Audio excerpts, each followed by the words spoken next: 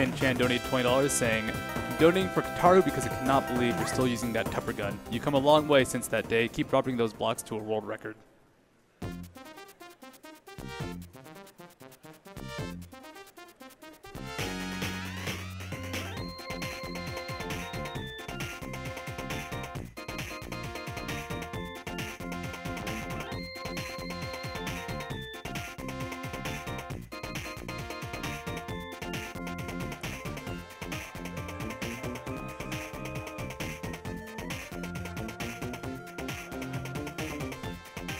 Watts donated $30 saying, all hail the Lords of Tetris. I am not worthy.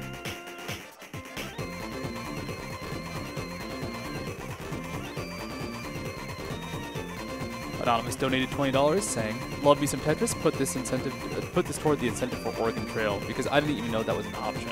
I want to see some dying of dysentery. Don't worry, Anonymous, if this gets through, it'll be dying of dysentery fast. The Mighty CM donated $50 with a very direct comment. Hello, Mr. Announcer Man. Well, hello, the Mighty CM. Hello.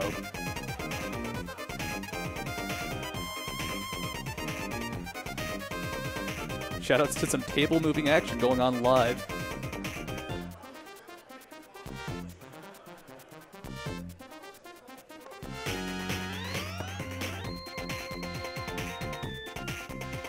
D. Van de Horns with a $50 stunning revelation. I didn't realize they were starting the task block so soon. Oh wait.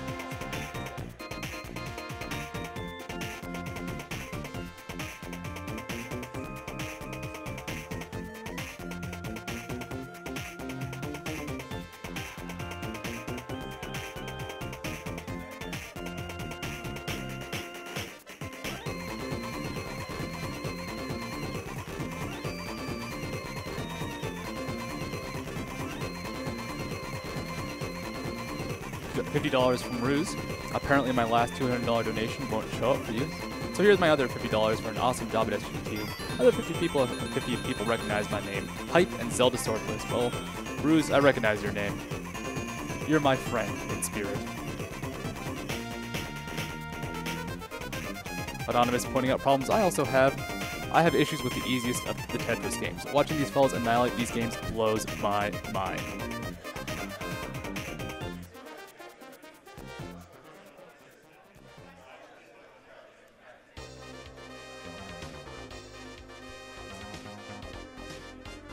Anonymous donated $20 to extend the year of Luigi. Good to see some mind-blowing Tetris play. I'm putting this towards the Luigi's Mansions race because Luigi needs to be in the spotlight sometimes.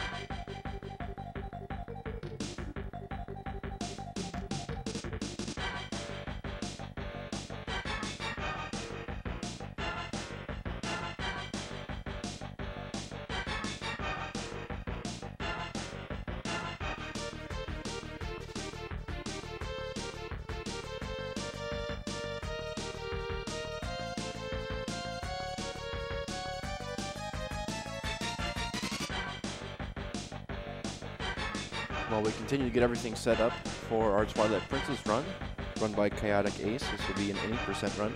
I'd like to take this time to remind you that you are watching SGDQ 2015, which is supporting Doctors Without Borders. Doctors Without Borders is an international medical humanitarian organization providing aid in nearly 70 countries to people whose survival is threatened by violence, neglect, or catastrophe, primarily due to armed conflict, epidemics, exclusion from healthcare, natural disasters, or malnutrition. MSF provides independent, impartial assistance to those most in need. MSF reserves the right to speak out, to bring attention to neglected crises, to challenge inadequacies or abuse of the aid system, and to advocate for improved medical treatments and protocol.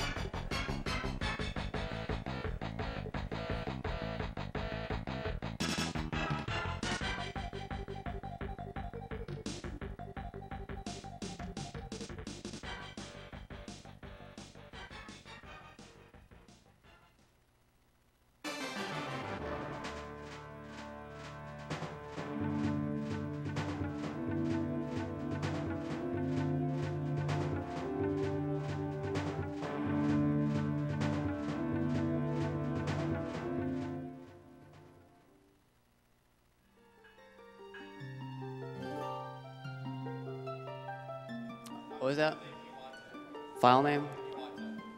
Iwata. Yeah, file name is Iwata. All right. Just for 45 seconds.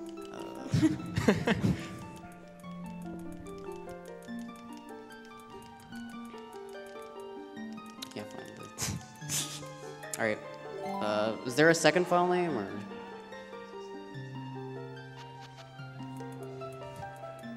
Let's go with the Second file name was Franker Z. Yes. All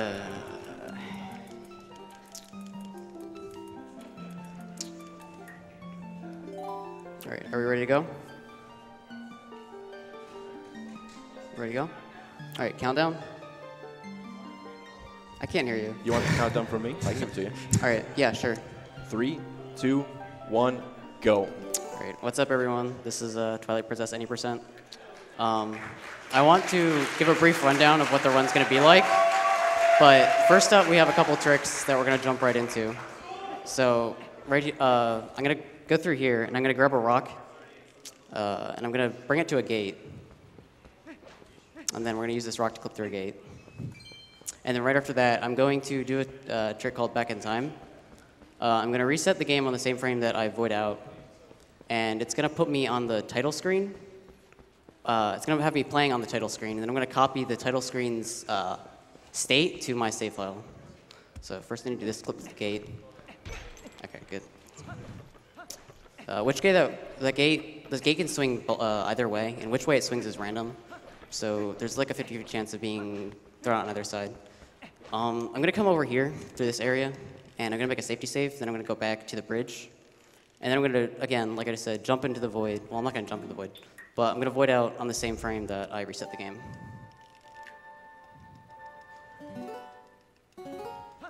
The safety save is just in case I fail it, so that I don't have to do the gate clip again. And I'm going to have to do this trick actually twice in the run. Once right now, and then once a little bit later in the run. So that's the first time. I'm going to void out. And then, again, copy the title screen save file to my file. Copy title screen state to my save file. And this will give me this skipped a lot of Ordon, days 1 and 2, I believe. And it gives me the sword and shield. It puts Ordon in a certain state, so I'm going to get the iron boots early, which we'll get to in a moment. And it gives me Epona. So again, since I skipped Ordon day 1 and 2, if you played this game before, you know you need to go rescue a kid that got kidnapped by monkeys, so that's what I'm going to do right now. I guess I'm going to give a brief rundown, or a brief overview of what the run is going to be like. So first up, we're going to, again, rescue, I forget the kid's name, but it doesn't matter. Then we're going to go get iron boots. We're going to go get the master sword really early. That's a pretty cool trick. And then we're going to go get the boomerang, which is the most broken item in the game, which we get really early on, luckily, because it's extremely useful. And then after that, we need to do some other stuff, which I'll get to eventually. Currently, the record for this game, actually, someone just got the record right now. The record for this game for the past couple of weeks has been 3 hours and 6 seconds by Rodner. And he actually just got sub 3, like 10, 20 minutes ago maybe, which was thought to be like the god time, and it's a really insane time. So it's pretty cool that he just got that. In second place is Adam, or he goes by Garretum on Twitch. And he was originally going to do this run, but he wasn't able to come, so I filled in for him. He's about a minute and a half. I think he's close to 2 minutes behind Rodner now. So he's at 3:01:30 something.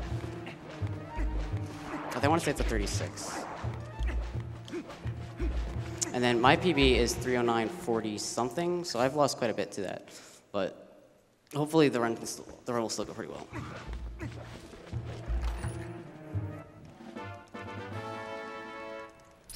Oh, whoops.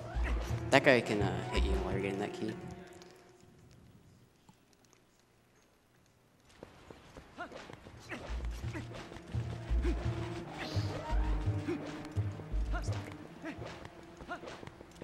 This area, there's a lot of lag in this area, so it's not uncommon to drop rolls in here.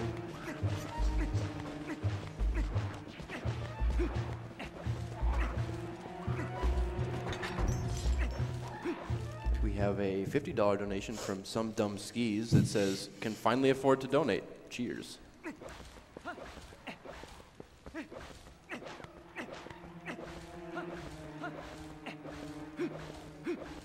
So yeah, you notice I'm rolling everywhere. Rolling generally in a lot of Zeldas is typically fastest, and that is the same for this Zelda.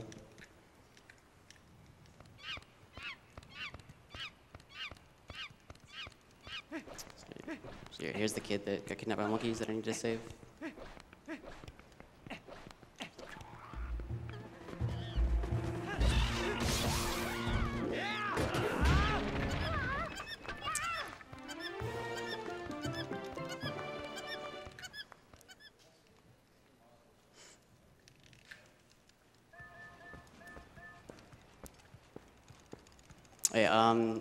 This game is in English. A lot of the question that comes up a lot when it comes to speedrunning a game is why the game isn't in Japanese, because Japanese oftentimes tends to be the fastest language for a game just because you can convey more meaning with less characters.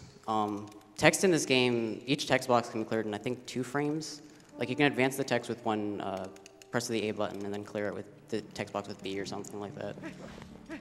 So it goes by really fast regardless, but actually there are some text boxes that you can't clear automatically, that you take, they do scroll across the screen, and German happens to be the fastest for those. It's not faster by much though. I think it's only faster for like something around 6 seconds for the any % run. All right, this is goats. You have to do this. Good time for goats is like between 20 and 30 seconds. They're very finicky. You have to hurt them all. Like there's one here that's just gonna be a complete pain, so I'm just gonna ignore him for the moment. There's 2 here. Wow. This one goat over here just decided to wander off.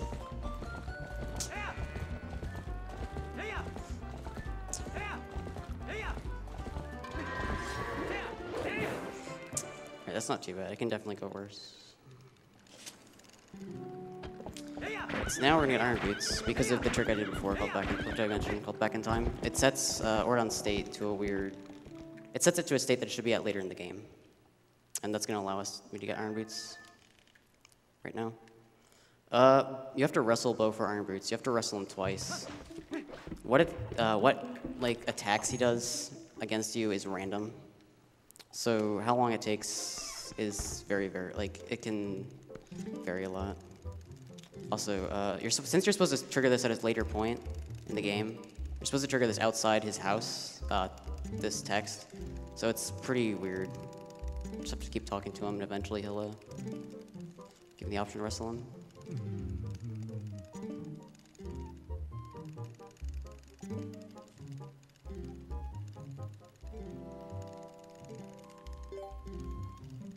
Alright, so again, everything he does is random. But if he gives you the right move, which I'm gonna try and do something. If he gives me the right move, I can push him off with only one attack, I guess.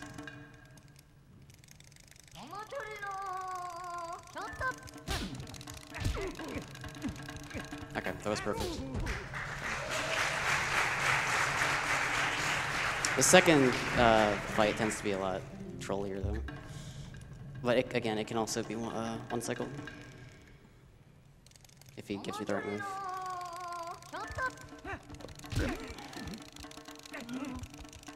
Okay. That wasn't too bad.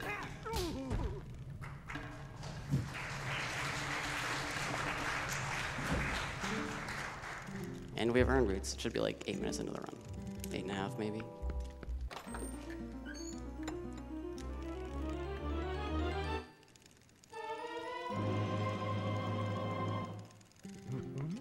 Alright, so first, set up for something that I'm going to do later in the run involving back in time. The second time I do it, I'm going to make a save file right here.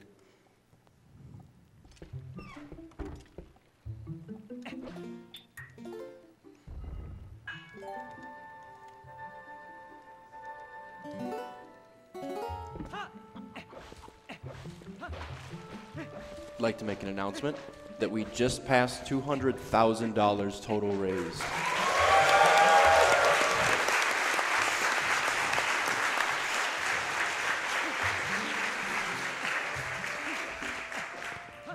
From what I've been told, that kid I just talked to, apparently there have been attempts to skip his text, but I guess the trigger for talking to him extends insanely far, like even out of bounds, which is kind of ridiculous. This is the only time you'll see Link crawling in the entire run, aside from once as a wolf, a couple times as a wolf later on.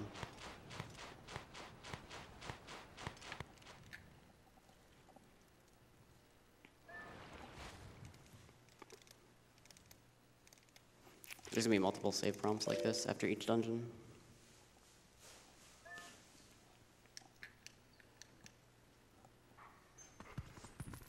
Alright, it's possible to break this box before this cutscene starts and not have to break it afterwards, but it hardly saves any time at all.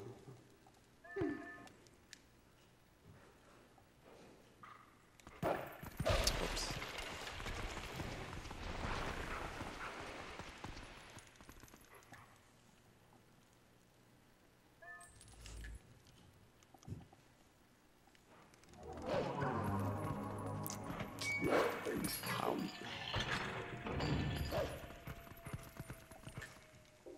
So castle sewers are pretty straightforward. You just escape them and get to Zelda, so we can escape the Twilight. Just as a reminder, if you donate at least $10 during this run of Twilight Princess, you will be automatically entered for a prize of Zelda Boss Prints. There is a group of, I think, 8 of them, and they look pretty sweet. So get those donations in during this run if you want to have a chance at those prints.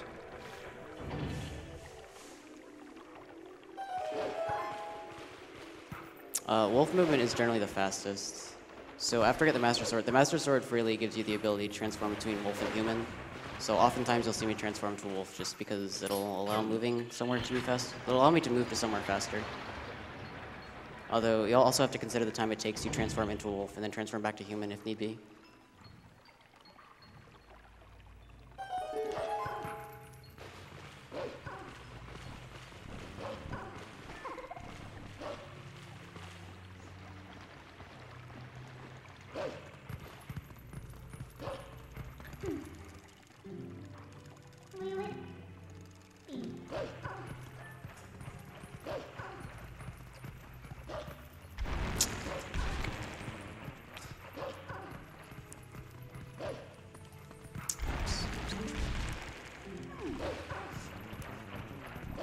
We have a $50 donation from Kineo Cat that says, reeling so hard from that Tetris play that this donation just fell out of my wallet.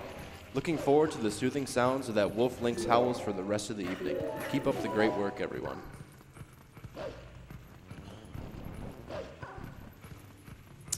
Ropes in this. Ropes in this game, as in most of the games, are pretty finicky. I'm gonna have to come back here one more time later on in the run. The ropes are even worse than they are right now.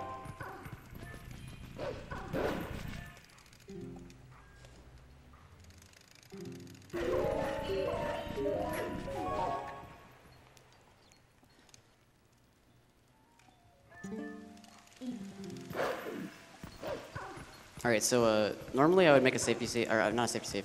I'd save the game here, but to do back in time. But I made the safety save, the save for that earlier in the run at an easier spot that I'm less likely to fail. So as a wolf, you can dash cancel, which essentially, like, if you dash right before you jump off a ledge or something, it'll give you the ability to dash again immediately after you hit the ground.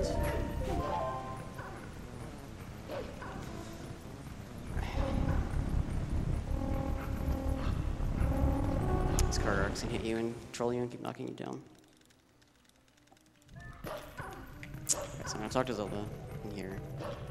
So yeah, luckily this game has, you're able to skip most cutscenes, which is pretty nice, as this game would be almost, I think, over an hour longer, at least, if you couldn't skip most of the cutscenes that we can.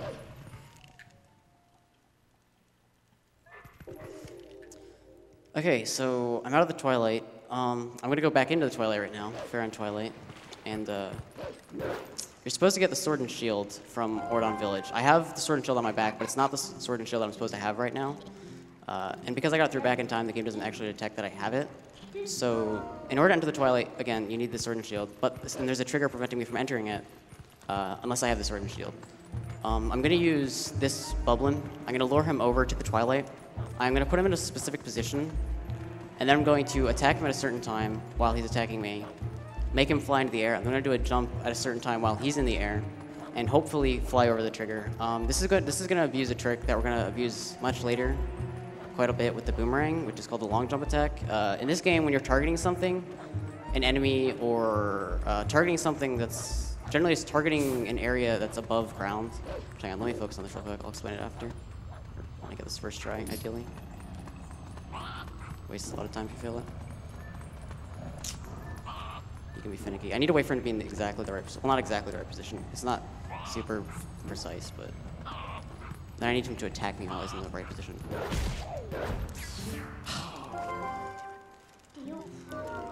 He wasn't far enough back. All right, so I failed it there. I want to jump over that trigger that I got. I need to respawn him so that I can do it again. You need to be able to attack him twice. If I tried to do it again, he would die. I wouldn't be able to go for it again. I'm gonna focus on it this time instead of trying to talk.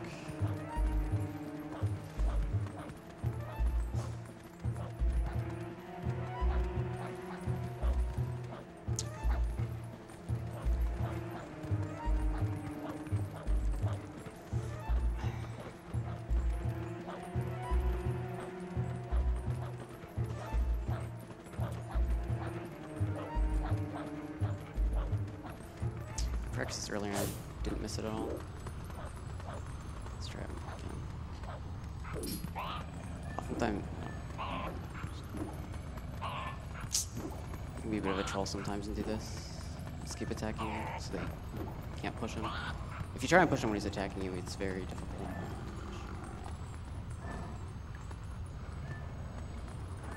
Come on, attack me. I'm not gonna go with that. I'm not comfortable. Come on. Dude.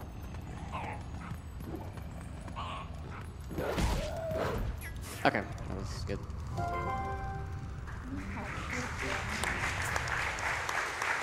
Usually you'd reset over that trick if you miss it. Just how much time it wastes. Alright, so I'm in Fair on Twilight. Coincidentally, in Fair on Twilight, you can get out of bounds and go get the Master Sword early, which I mentioned before. So we're gonna go do that right now. We're gonna go do that.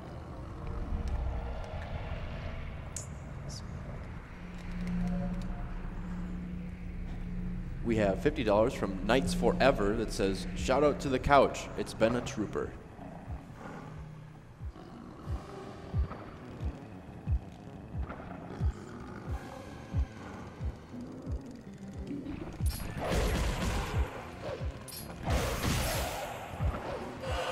This cutscene puts you back to a predetermined location, so regardless of where you move before it starts, it doesn't really matter. It keeps your camera in the same spot, though, as far as I know.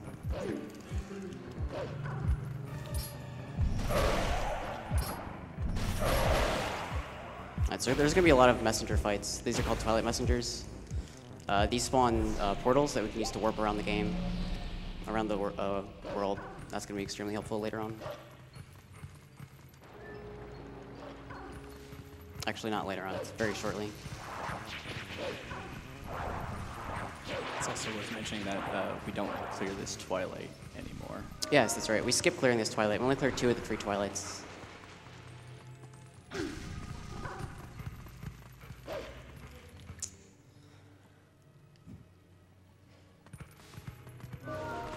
We have a $60 donation from Orbital Bear that says, even in these tough financial times, the wife and I are donating $60. $20 for my choice, Oregon Trail. 20 for hers, Save the Animals, and 20 for ours, also Save the Animals. Here's to being married. Seriously though, isn't saving animals also saving frames? In the end, you have more of both.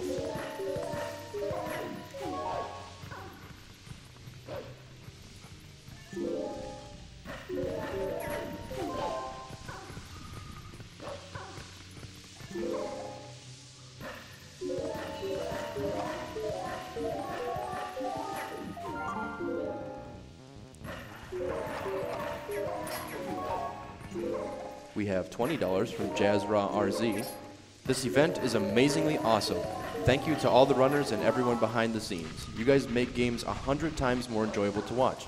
Since Doctors Without Borders saved so many people, we might as well save the animals. Twilight Princess, hype. Thursday, you want to explain EMS? Yeah, sure. So what he's going to be doing now is he's going to be luring this messenger over into the corner here, and he has to get a slow swing on the messenger here in order to long jump attack out of bounds. And it's RNG. There it is. Okay, got it.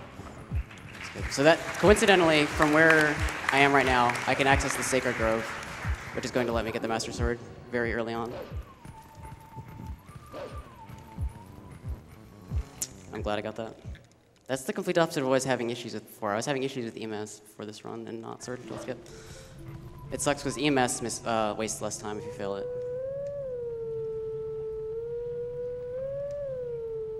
Alright, so I gotta play the game with the Skull Kid to go get the Master Sword. Where he is predetermined. And then after the game with the Skull Kid, there's a puzzle, which is the bane of a lot of people. I played through this game casually.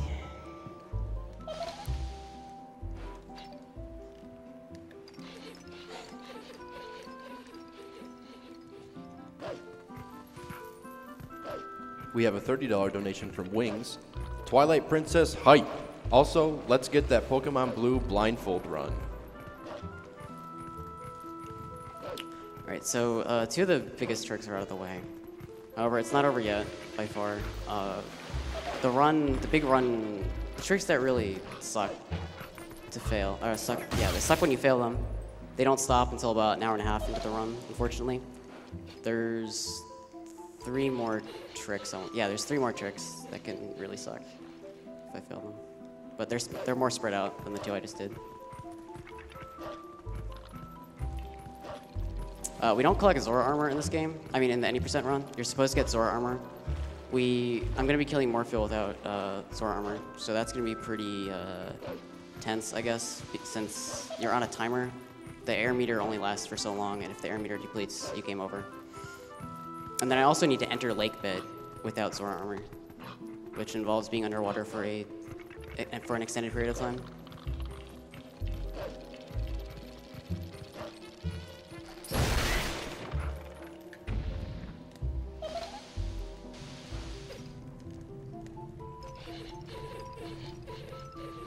We have $10 from Mary Catherine. Shout out to the techies who are keeping things running behind the scenes. You guys are awesome and deserve recognition. Thanks for all you do to keep the event running smoothly.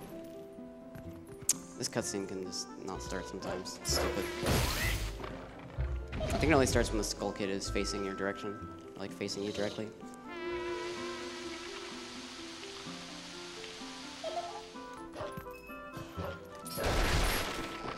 Alright, so throughout the run, I'm gonna try and pick up some spare rupees if I can, as later on I will need 300 rupees for something.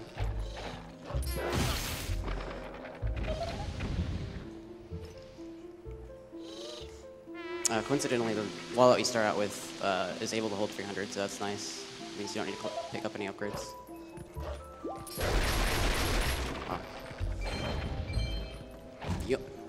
You only want to kill a couple of them. You don't want to kill a lot of them. The timer for the Skull Kid blowing the horn starts after you kill one of them.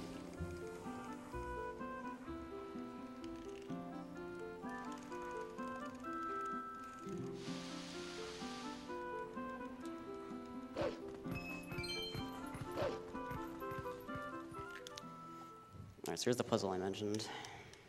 If you tried playing through this game casually, you'll know that this was a pain to solve unless you used a guide.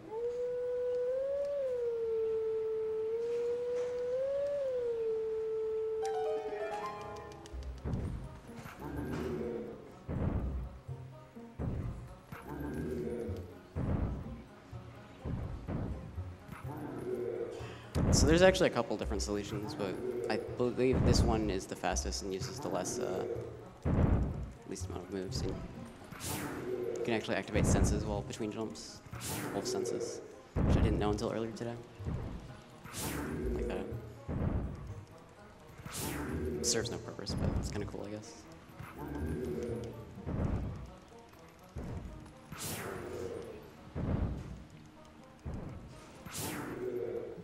That's the puzzle. And I wrote the Master Sword. And this cutscene's pretty long, so I guess if you want to read some donations, now's a good time. Sure. Knock them out. We have $30 from Condor196. It says, been waiting all day for the Twilight Princess run. Good luck to Ace. Really excited to spend my night watching one of my favorite games get put through its paces. P.S. This is about speed, so kill the animals. We have $10 from Cocoronis that says, woo! Loving SGDQ so far. Tetris was a blast. I'm really excited for Twilight Princess, since it probably has some of my all-time favorite speedrun glitches. Thank you all for working so hard for such a good cause.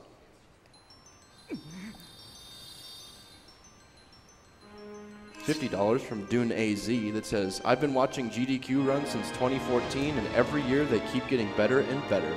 I got so excited for the Twilight Princess run, I threw my wallet at my monitor to donate, but nothing happened. Hopefully this will work even better. Let's save the princess and kill all the animals.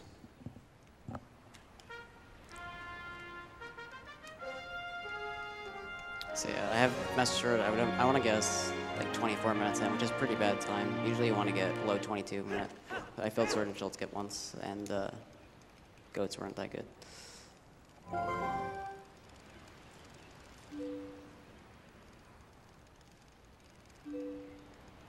Usually you would get this after beating Forest Temple, Goron Mines, and Lakebed Temple. And out of those 3 dungeons, we are only going to beat Lakebed. But we are going to enter Forest Temple to get the Gale Boomerang, which is actually what I'm going to do next after this cutscene.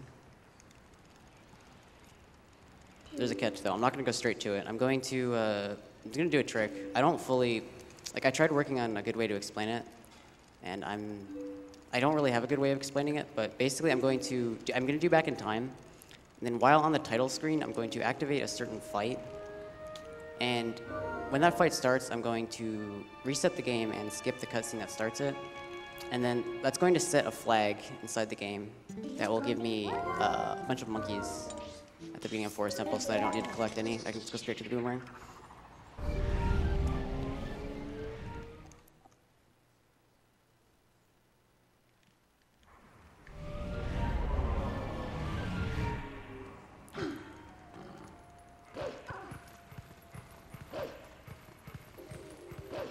So if you were to clear this Twilight, usually you'd be collecting the tears right now.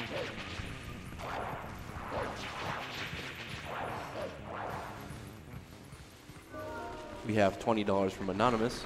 So excited for this week. The GDQ events are practically a holiday for me and my sister. Here's to a great week of breaking games apart. Good luck, everyone.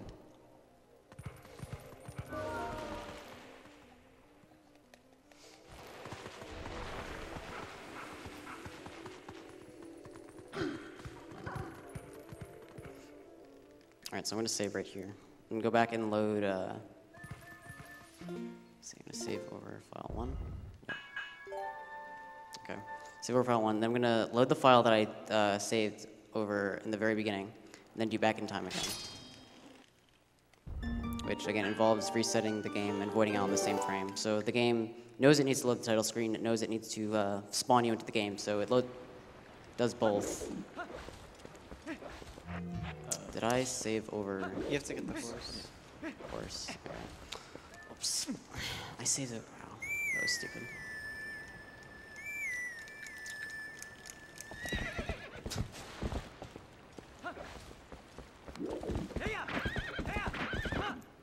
Alright, that was silly. I accidentally saved over the file that I had made at the beginning. Again, I'm doing some safe strats, just in case I fail a bit back in time. But I guess it doesn't matter.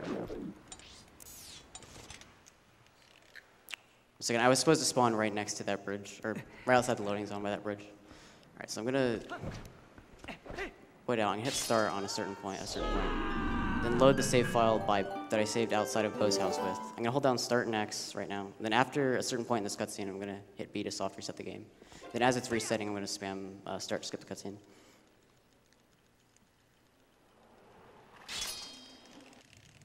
I'm gonna go back to my main file.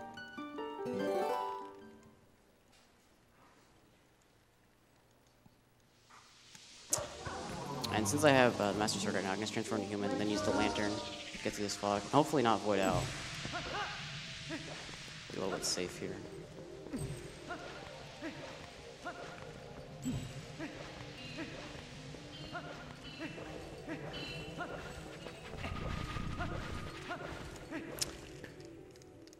So I'm going to kill these messengers before that I used to go get the Master Sword early.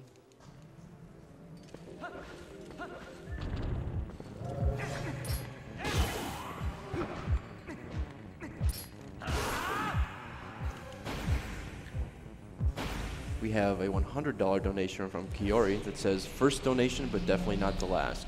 Had to donate during one of my favorite games of all time.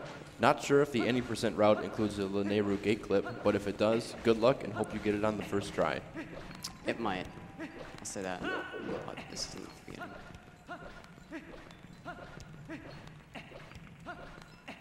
There's actually a trick that I'm going to do that will decide whether or not I do linear gate clip.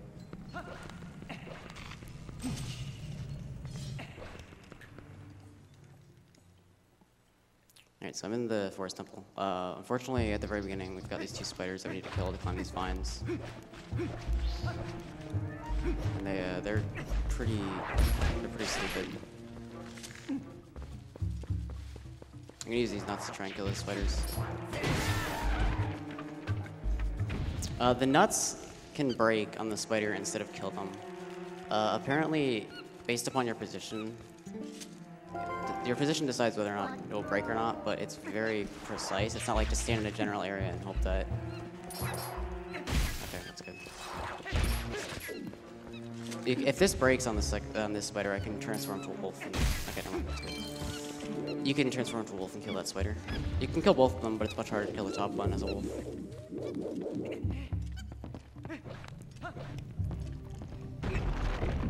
Alright, so I have one monkey right now. Usually you're supposed to go around Forest Temple and collect multiple monkeys. But when I get to this door, I'm going to magically have a bunch of them. Which is the trick I did earlier. Sudden monkeys just fall out. And since I have a bunch of monkeys, I can just swing across this monkey chain. Go straight to Ook, which is the mini boss that gives you the Gale Boomerang.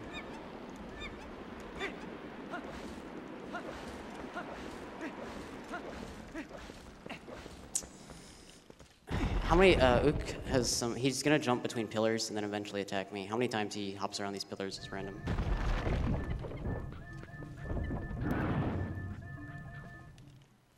I think the best you can get is 2, and I don't know what the worst you can get is. Let's hopefully not find out. 3. Okay, that's not too bad. Okay, the best you can get is 2, so that's acceptable. And now I have the Gale Boomerang. The Gale Boomerang is the most broken item in the game, and we're gonna use it quite a lot.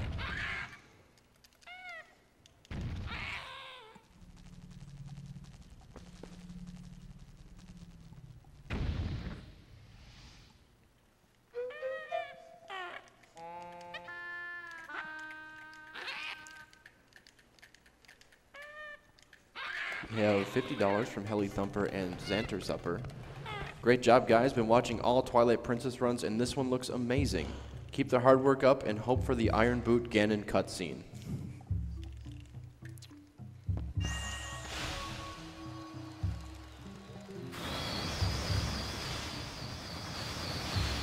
Alright, any chance I could like see what my timer's at? What's it at? You are at 33:06 right now.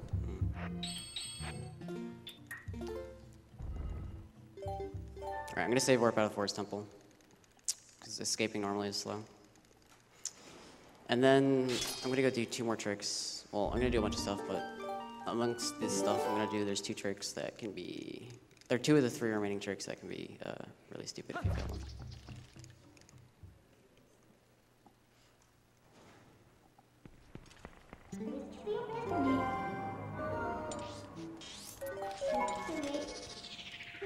Alright, so you're not supposed to be able to escape Faron Forest until you beat Forest Temple. And I believe clear the Twilight. But I'm going to use the item Scout, the Boomerang, to escape early.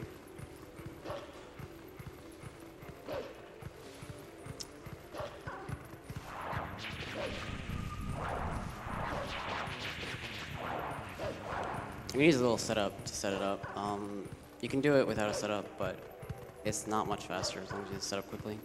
It's much more risky to do it setupless.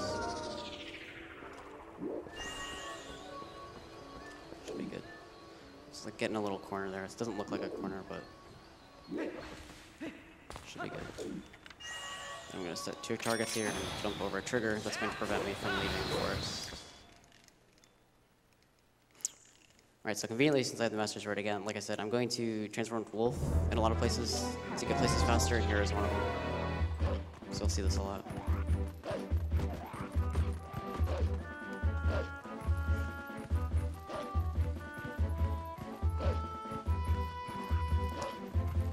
Alright, so normally you have your first encounter with the mailman here. The mailman likes to lose you time, but we're going to jump over a trigger for the mailman.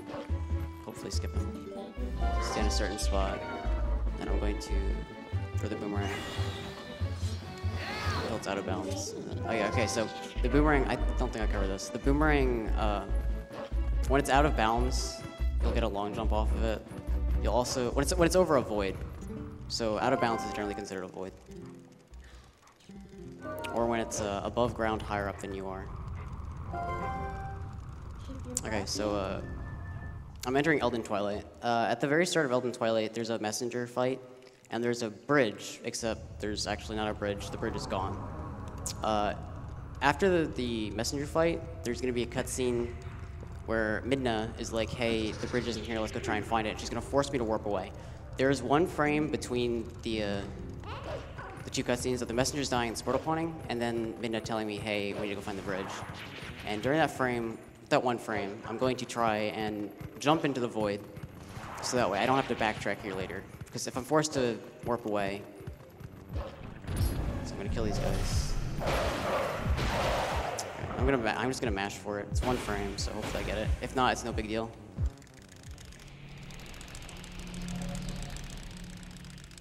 Okay, cool, I got it. All right, so since I got that, I'm going to do gorge skip right now. We can skip getting over this gorge. The bridge you're supposed to... Actually, let me focus real quick, and then I'll explain it. But the bridge you're supposed to get is in Faron Twilight, and we can't get that bridge. Almost. You can hit that the trigger there. And let me do this. This rupee's on a 10-second timer. I set targets with the boomerang before it disappears. Third one's semi-precise. Okay, that's good. It's not over yet, though. There's 3 parts to this. That's the first one. Okay, up. No! Are you? Wow, that camera angle was terrible. Okay, so here's the forced warp. I hit the trigger because my camera was terrible, so I wasn't able to control the roll properly. Sometimes you get a bad camera there. It's not cool when you get it. All right, anyway, so now that I hit that trigger, I'm forced to warp away. That's silly. get to show off something else, actually. That's pretty cool. That you normally wouldn't be able to do. Well, you can do it, but it's not faster. If you get that.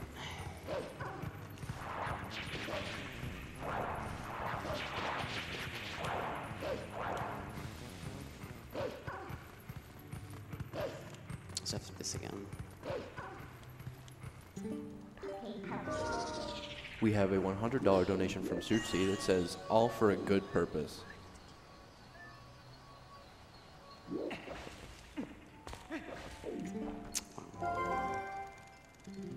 The jump over this thing is really stupid.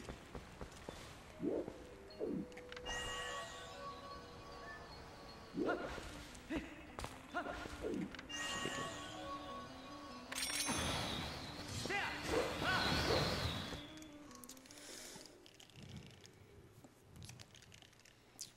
Alright, so I actually needed the rupee text from that yellow rupee. So I'm gonna have to save warp later on so that I can get that text again. Really sucks that the camera was like that. Alright, so actually I'm gonna do something here called map glitch. I'll explain it afterwards. Involves me unplugging my controller. That's not right. Okay. So I'm going to warp. What? I was holding down Z. I'm not gonna do that.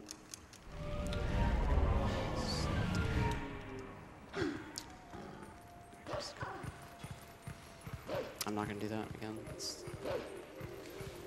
You're supposed to warp, and then you bring up the map, and you bring up midnet at the same time, and then you warp away using the map, and midnet cancels the warp. The game unloads all loading zones in the game first when it goes to warp you away. But it cancels the warp, so you have no loading. There's no loading zones, and the warp gets canceled.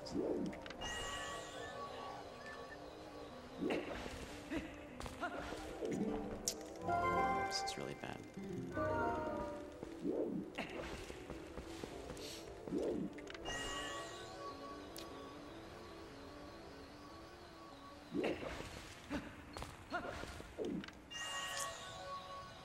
Alright, we're gonna do linear good clip.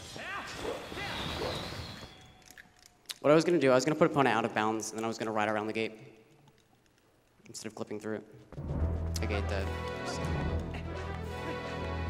So it's lost about 3 minutes probably to stupid stuff. Opponent's right here, conveniently. Okay. Alright, so. Average is frame perfect, so if he misses the input, then it's so. The D-pad is really finicky, so if he doesn't get it right, then. So I'm gonna put opponent. I'm gonna kill these two bubblins here. Yeah, bubblins. I'm gonna put opponent at a certain spot, and then I'm going to attempt to block the gate. I'm bonking into it. I'm gonna use opponent to push me through the gate. Hopefully, without having to bonk too many times. 4, 5, 6.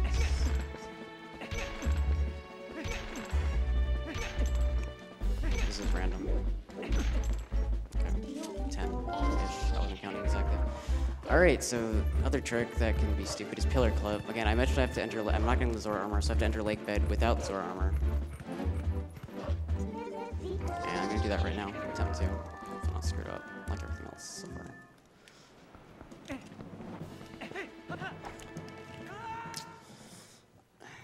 can focus on it.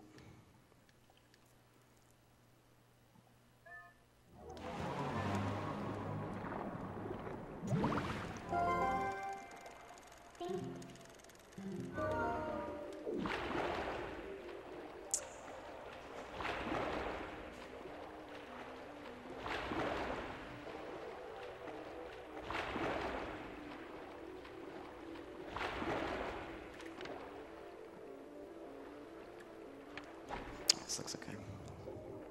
So I'm going to sink down a bit. I'm going to use a pillar to clip me out of bounds, and then attempt to swim to the loading zone before I drown.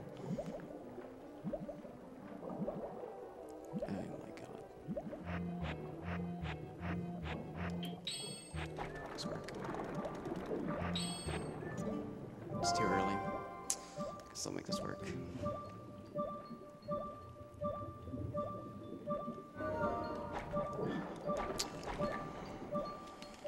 Failed it. Called midnight too early. You want to call midnight at a certain point so that way Link floats upwards and out of bounds during the cutscene of midnight talking to you. Didn't have trouble with any of this before. This is silly. And now I have to do an alternate setup, which I might not be able to do perfectly due to this, what I can see on this TV. I don't know how much is cut off on either end of it.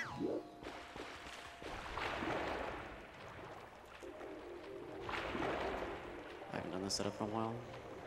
I used to play on an HD TV. I adjusted to a CRT TV for this.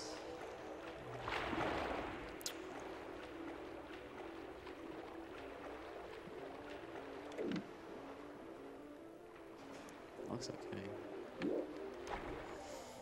Okay. Calling midnight early is really stupid. The window for pulling up into there is really large.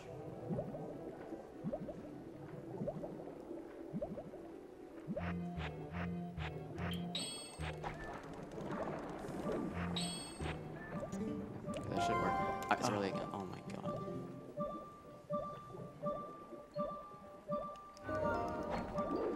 Oh my god, okay. I'm not gonna make it.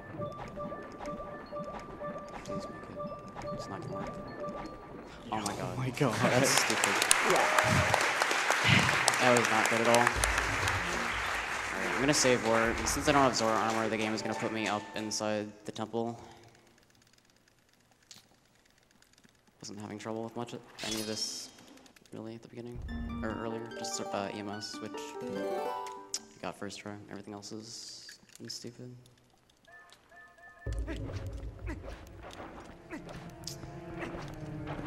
So due to the glitch I did earlier with Back in Time, the second time, I'm gonna get the claw shot earlier. I was skipping a lot of this dungeon. And I mentioned I'm gonna beat only this dungeon. I'm not gonna beat it right now, I'm gonna come back later.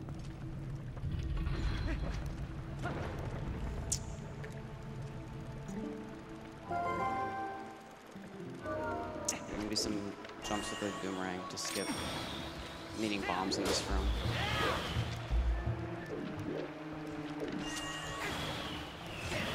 You can jump.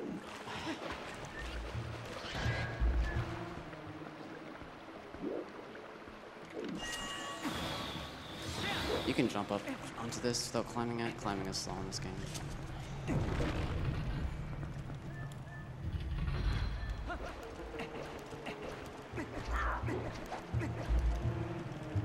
Alright, so I'm gonna do actually a double LJ here. I'm gonna do 2 jumps with setting targets with boomerang only once. Hopefully not fail it.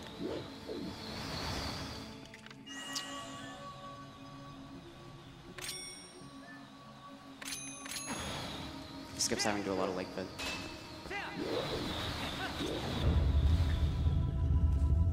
And now we get Uku, which was deemed, it's a creature of some sort.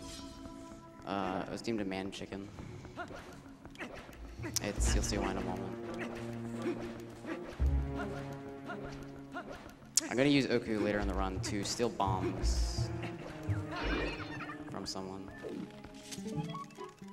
So that's a man chicken. It's got the head of a man and body of a chicken. Link dives into the bridge there.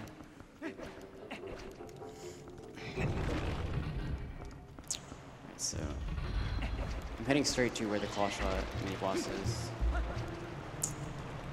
It seemed rather weird the way I trigger it again. It's because of Back in Time equips. The game basically thinks I'm already in the room, and I've already triggered a cutscene. I did 2 jumps of boomerang here to skip another large portion like that. You need to get, this dungeon is based around water, obviously. And you need to activate some sources of water and have them flow down the staircase in the main room, and then rotate the bridge to make the water go to certain places to rotate, is there water mills of some sort? Anyway, I'm gonna go into first person here, look up, and the cutscene's gonna activate, and I can skip it and it'll warp me into the room. You can one-cycle this boss if you pace your attacks right. You like stun lock it. Not one-cycling it, wastes about 30 seconds. I'll So after he jumps up, if you go into C up, or first person, he comes down right away. So I got this. Each one of the sword slashes has to be within 3 frames of the last one. I got it. I've started closing my eyes and just pacing that because trying to time it visually is kind of silly.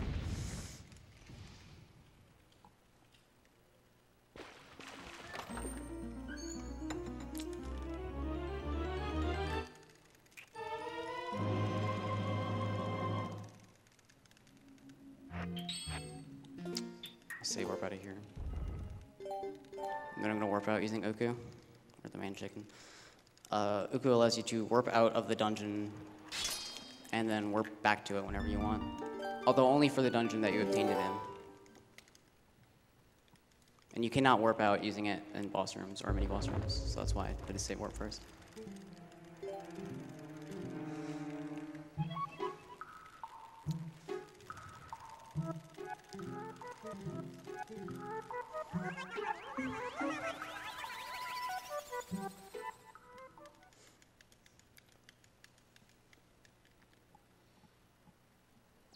We have $50 from Andrew R.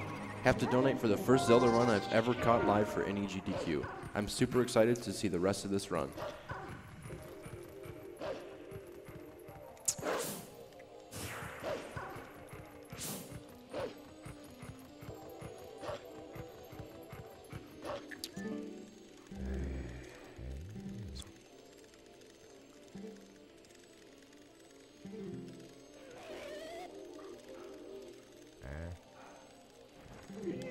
Alright, so this Bokoblin creature is going to jump on a Cargarok. You're supposed to fight him, but I'm going to try and lure the Cargarok into the water and kill a Bokoblin on its back by having the thing touch water. Enemies in this game die instantly touch water. There's a catch, I'll explain it afterwards. Should work. As long as he's coming after me. That's exactly what I thought. He wasn't coming after me. Sometimes it looks like he's going to chase you, but he doesn't. Okay, that should work. Yep, okay. So, if that guy catches you while you're underwater, the game crashes. You can actually go out of bounds here, clip out of bounds, right at the start using this stalactite up above me to the right. It only saves 6 seconds, and if you fail it, it's just an unnecessary time waste, and I haven't practiced it at all.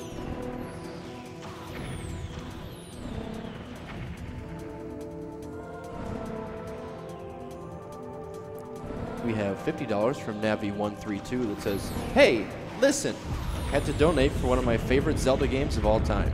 Great cause and great event. Best of luck to Ace and all the other runners. Can't wait for the Morpheal boss fight." Hopefully it doesn't go like the rest of this run has so far. So Morpheal is like the last major point in which something can go wrong, hopefully. It's about an hour-and-a-half mark. Or it's gonna be a little bit over, it's gonna be over that at this point. We have $10 from Chilled Like Ice that says, "I've been watching since 2013. Today I drove up here from Chicago to finally be here in person, and I'm so excited. Twilight Princess is rocking my world. Frame the saves and kill the animals." Alright, so right now I'm heading up to Zora's Domain to activate another warp portal. So 1 frame jump there to skip some text after those cutscene skips. You can do that with a lot of midness text triggers in this game. You can just jump out of them before they start. Although in some places it doesn't really help because you're not jumping away from the trigger, you're just temporarily delaying it. Like actually another one's right here. Right after this cutscene skip. Right here, she's gonna talk to me. I could have jumped to skip it, but it would have triggered right away anyway.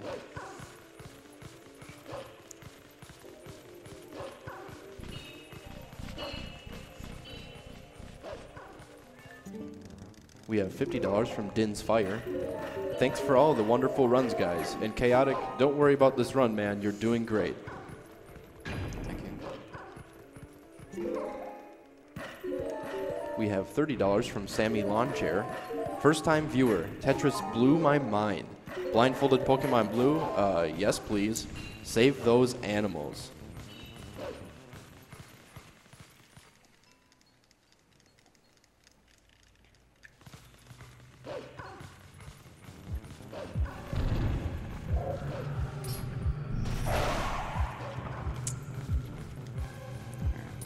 These guys seem stupid. So now I'm going to go back to the gorge where I'm supposed to warp a bridge that I was at earlier. Attempt to skip it again. Hopefully not get trolled by bad camera angles. You rarely get a bad camera angle for that trick. I was trying to do a roll onto the opposite side of the fence and land on the little ledge. Actually, I do not need to save warp because I've already saved warp since then. So I can just go right for it. It's really not that hard of a trick. Just nerves, probably. This should be the last time I have to do this forest escape trick. Boomerang. Ideally, you only want to do this twice. I've done it 4 times. Which is not good.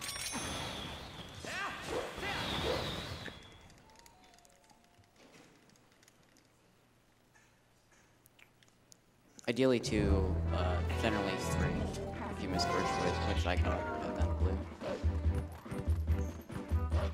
Also, that's like the first time I got Gorge Void in the past 4 days or something.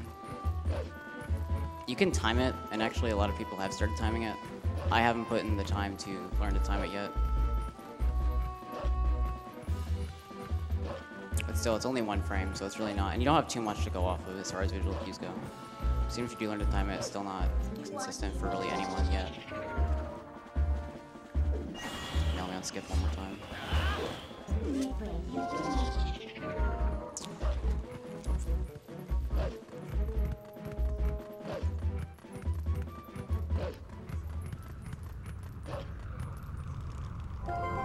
$50 from Juki. Twilight Princess was the first Zelda game I beat, so it holds a special place in my heart. Best of luck, Ace, and here's to hoping for a good Morpheal.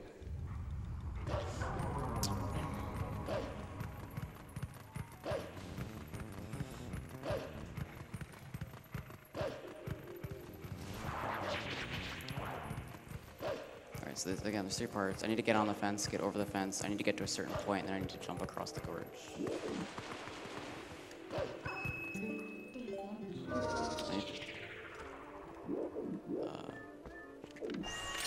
Oh, 10 seconds on the repeat.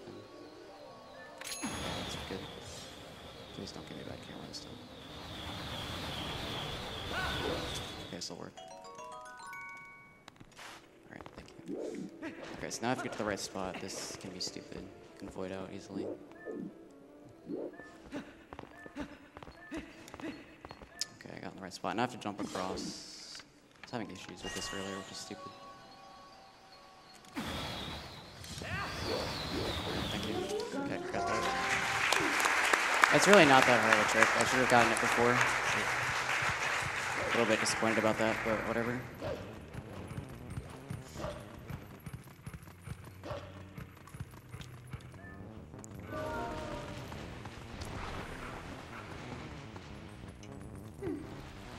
I'm actually walking around a trigger right now that is here due to back in time that would not normally be here. If I hit it, just waste time. Just let it run under though.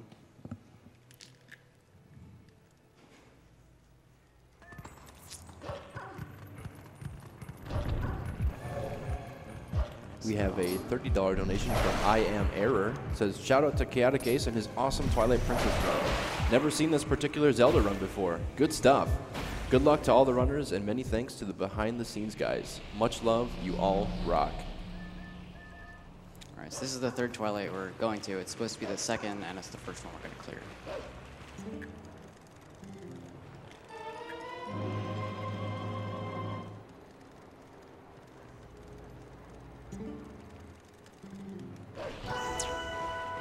Alright, so for the most part, this is pretty straightforward. I just need to kill bugs and collect the tears to fill up the vessel so that I can get rid of the Twilight. We need to clear this Twilight simply for one thing, which I'll bring up later. I guess I just mention it now briefly. There's a Elden Twilight also includes Death Mountain, and on Death Mountain there's a meteor that falls, and we need that meteor to be able to clear Linear Twilight. And Linear Twilight needs to be cleared for a multitude of reasons.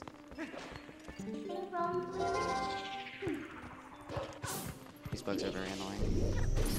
We have $50 from Chris32. First time I've ever donated, and I'm really glad I did. It's awesome I get to watch my favorite Zelda game, and even better knowing my donations go to the right place. Thanks, guys.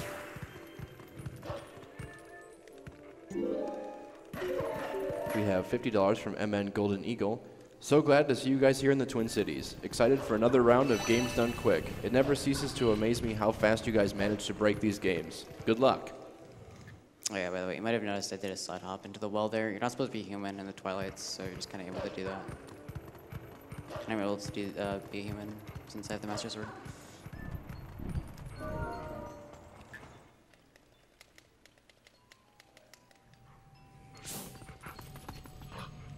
We have $30 from Skookums. Link was a wolf. Wolves are animals. You wouldn't kill Link, would you? We should save the princess, the animals, and some lives.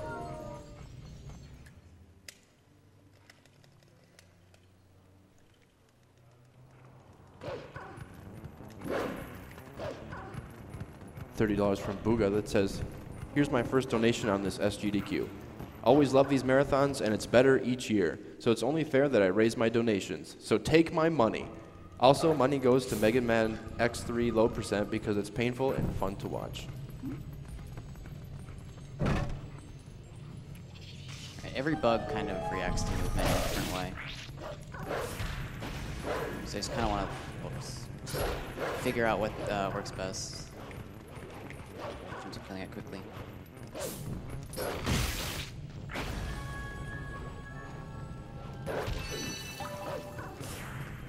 $50 from Mitch Childers. It says, used to play the Legend of Zelda games and still play the music on piano, but unfortunately I fell off during Twilight Princess.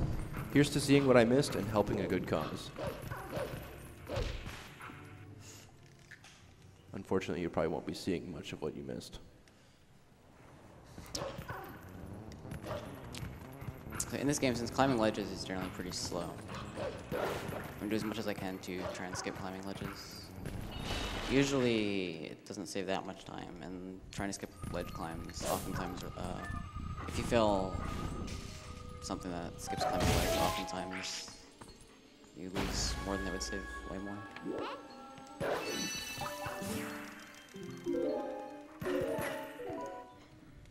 We have $50 from Ben. First time watching SGDQ. What a wonderful event. Thanks to all those involved and keep up the good work.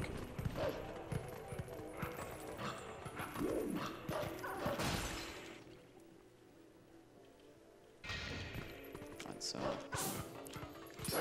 once I get out of this house, I'm actually going to do a trick that was discovered. It wasn't used in any of the previous SGDQ Twilight Princess runs. So there's this bug that you're supposed to follow into this house, but instead we kill it before it can enter the house, and the house just kind of magically disappears. So right here, jump over here. Again. You can't see it, there's a bug over here to the left. I'm going to kill before he enters this house. He's scripted to be able to enter this house. And the house just goes away. Because the trigger for that house disappearing, I guess, is tied to the bug being alive. So if you kill it, the house just goes away and the tears spawn. There's 2 more bugs inside that house, which is why I got 3 tears from that.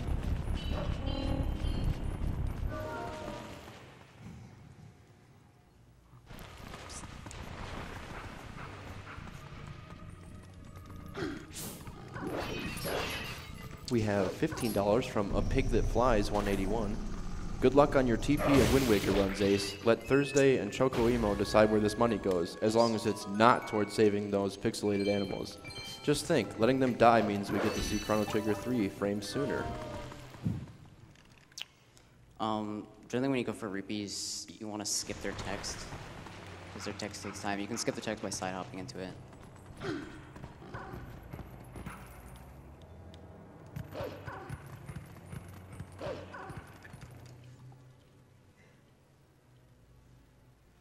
There's 3 bugs on Death Mountain I need to get, and then this Twilight will be done. This is easily the most boring part of the run. After this, it'll pick up.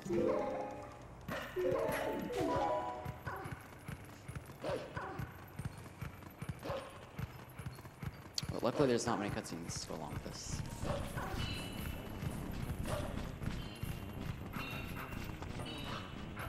Oh yeah, so if you grab ledges in like a certain way, you'll just climb them quickly and it'll completely skip the climbing animation. Just did that there. I'll do it a couple more times later on.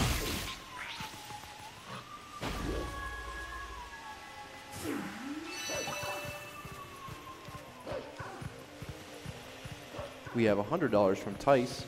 Been a long-time watcher since the first SGDQ. Loving the marathon so far and can't wait for more to come. Donating towards my favorite game series of all time. Let's not waste any frames and show that old man all we need is our trusty smashing board to defeat Ganon.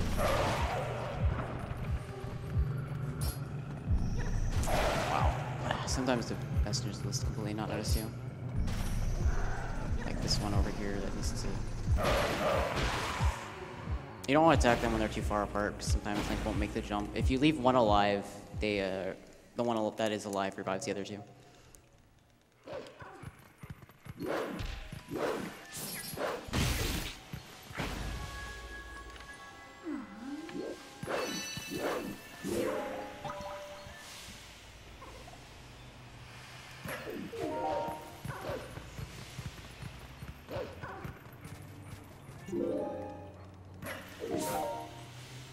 There's a card rock that can constantly knock you off that ledge, and you won't stop until you kill it. Luckily, you didn't notice me.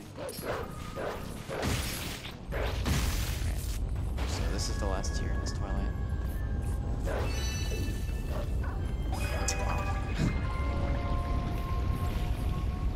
Also, the card rock and the other mini monsters there, they can mess with you while you're trying to jump attack the tier. Jump attacking tier is fastest because you don't have to wait for it to fall to the ground.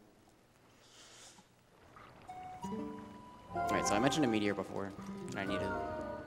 Actually, I'm going to use that right away. I'm going to warp to Death Mountain, and then a meteor's going to fall. I'm going to use that. I'm going to warp that to Lunaria to the top of Zora's domain. I'm going to get the vessel, clear the vessel, and then exciting stuff will start happening.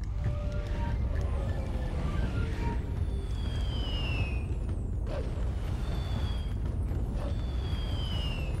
I gotta take this guy.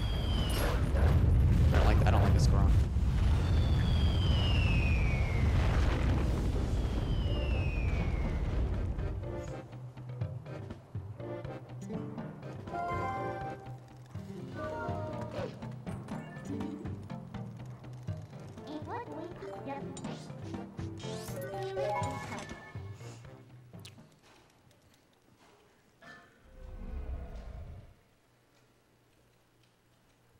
We have $50 from Uncle Clamdross.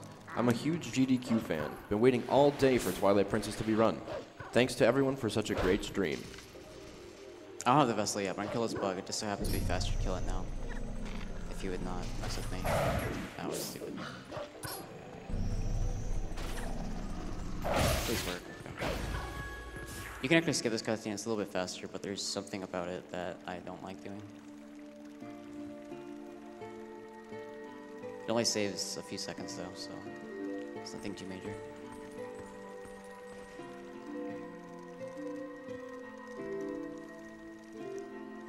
We have $60 from Kev Nasty. Wish I could have been there in person, but work is the only thing that lets me donate. Keep up the good work. Let's get that Chrono Trigger 100% run. So what that Zora Queen was telling me to do, I think her name was Rutella. She was telling me to go save her son, because he's sick. And he happens, I think he's in Hyrule Castletown. You're supposed to escort him to Kakariko, and in turn she gives you the Zora armor, which I'm not getting, because that escort takes too long to be worth it. During that escort, you're actually supposed to fight the King Bublin, which I'm gonna fight a few times later on the run. And it's possible to skip that fight, but it's really difficult, and you need a certain hidden skill, which we do not get.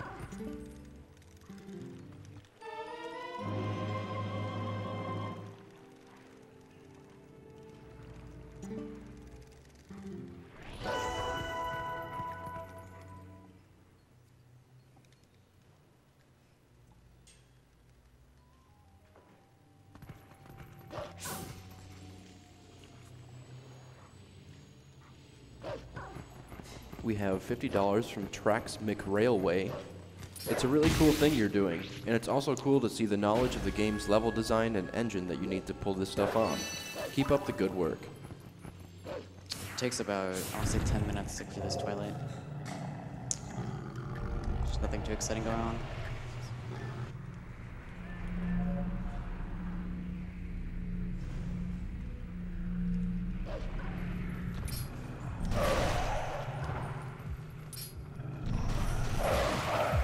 Wow. I mean, these barriers can be annoying. They just love to get in the way. Try and lure them away from the barriers. I don't like how far apart they are.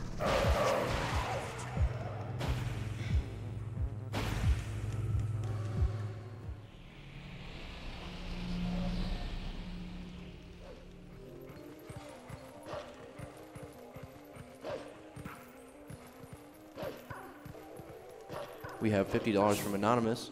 Keep up the great work, everyone. This goes towards the Shovel Knight low percent incentive. For Shovelry. Another $50 from Anonymous. Keep up the good work. Love from Denmark. Alright, so that bug I killed before I had the vessel, I will just pick up the tier without needing to wait for it to become a tier.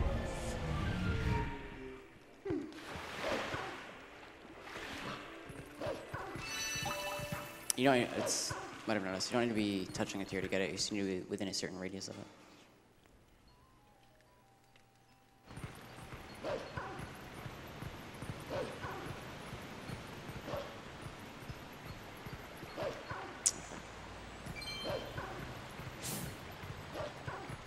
We have $50 from Future Man Gaming. Says, nice moves. Big shout out to everyone involved at SGDQ. Hype!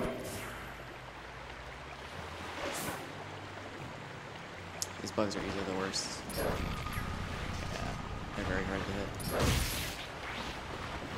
That wasn't too bad. They're pretty cooperative. We have $30 from Anonymous. I'm always really happy to donate to a good cause, and this year is no different. I'm putting my money towards the Superstar Saga Glitch Showcase because I want to see my favorite game get really broken.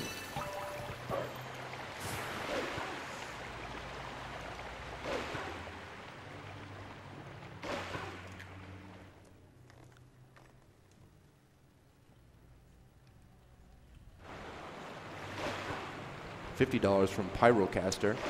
First time I've been able to donate, but I've been watching AGDQ and SGDQ for a couple years now. Awesome run so far. First TP run I've been able to watch, and it's awesome. Hyped to see if Jodenstone will do sub 20 on OOT. Save the pixels, kill the animals.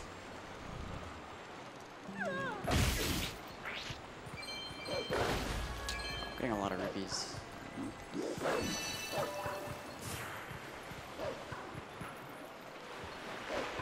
We have $50 from Ryan Y. This past AGDQ was my first time seeing speedruns, and I was blown away. I haven't been watching speedruns for long, but it blows my mind the amount of skill and effort that goes into these amazing runs. I've been looking forward to SGDQ for a while, and the runs are just getting better and better. While I'm here, I decide to give you my money. The Tetris crew just blew me away, and I am looking forward to even more fantastic runs. Good luck to all the runners out there.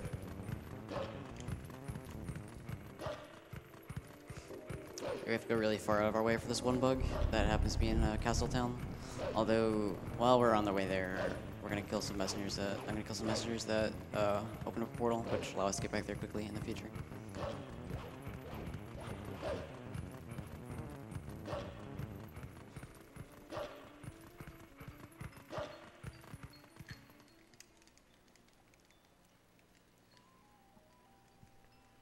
We have a $500 donation from DJW.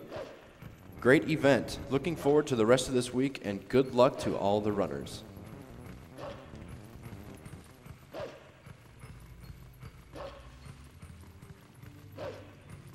We have another $500 donation from Ktash229. Can't watch as much as I'd like to this year, but always happy to catch it when I can. And since I can't see it all, I think it's only fair to put this towards catching them all blindfolded. Great job on the runs, and good luck to everyone running. This guy is far away from me.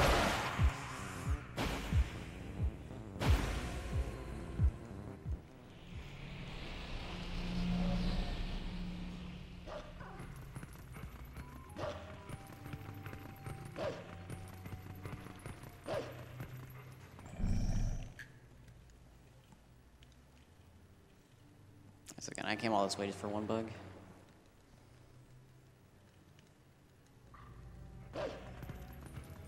$30 from Anonymous. I'm watching my first GDQ live, and checking out the Twilight Princess run is going to be pure awesomeness. As I'm a huge Zelda fan, please put this $30 towards naming the Wind Waker file name to Iwata, in memory of the legend himself. Oh yeah, by the way, the file name that I used before, back in time resets it. I forgot to mention that. So, yeah. I did that wrong.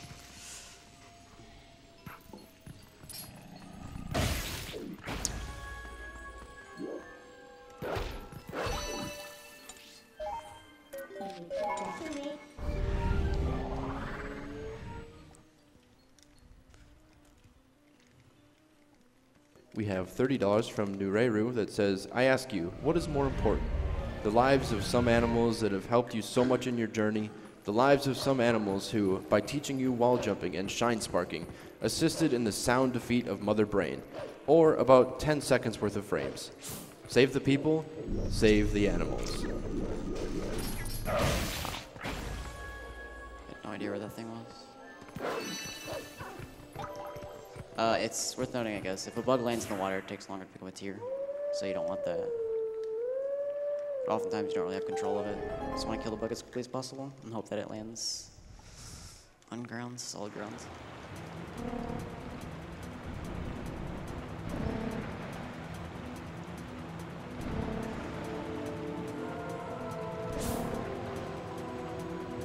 We have $20 from Tailed.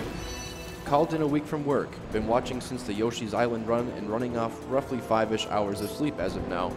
Totally worth it for the first GDQ I've fully watched live. Twilight Princess and the games are going to be just as worth it. Greetings from the Netherlands, and I may be wicked for killing frames and saving animals.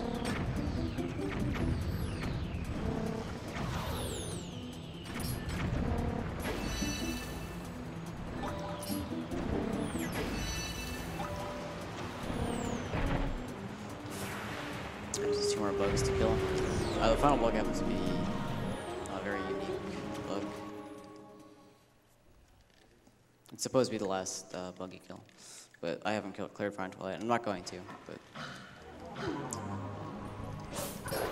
Wow, that's really high. So generally, you just want to attack him right away and hope that he's low to the ground.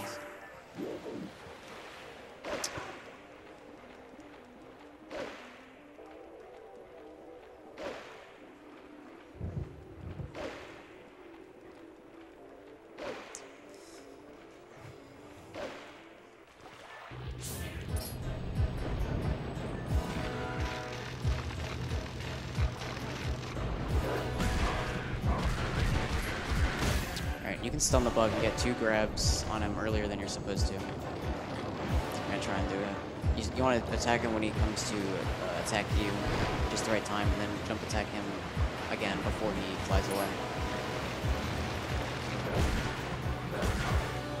That's one. I've been having a lot of trouble with them. They're pretty simple.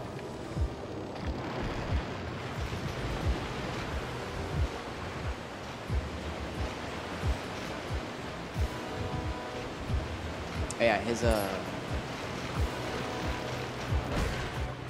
movement and such is based upon your camera, I believe, and your movement. Right here, I'm going to try and skip the, okay. If you let go of the minute charge and go to attack one of them, and then you fall off and hit something, bonk into something, it skips a cutscene. It's a short cutscene, but it's still something. That's the last of the Twilights we'll be seeing.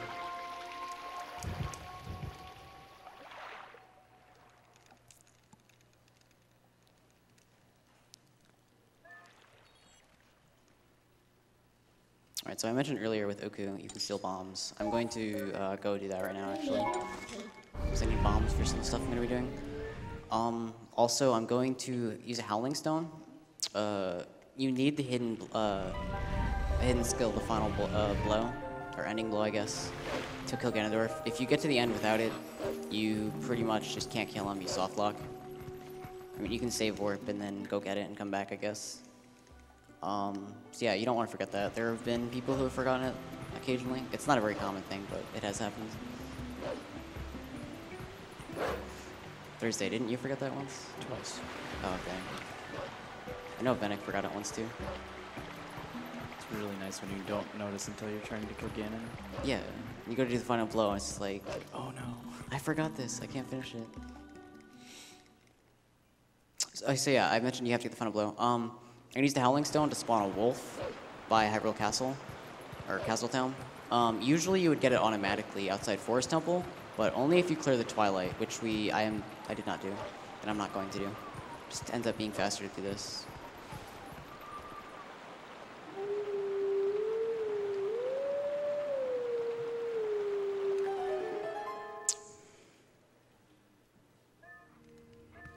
No. Ow.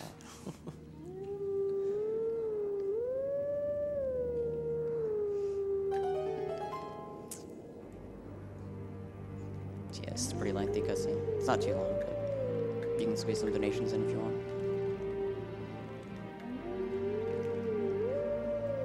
We have $100 from Ganondorf. Do not think this ends here. The history of saving and killing the animals will be written in blood. Although, I am a fan of Metroid Fusion, so maybe we should stop writing in blood. Save the animals.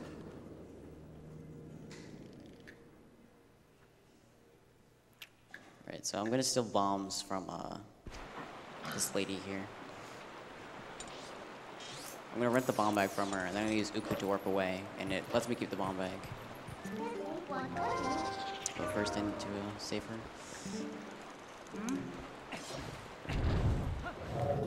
Oops. I don't watch it. I've made a bad habit of just pressing start to skip cutscenes, even during cutscenes you can't skip.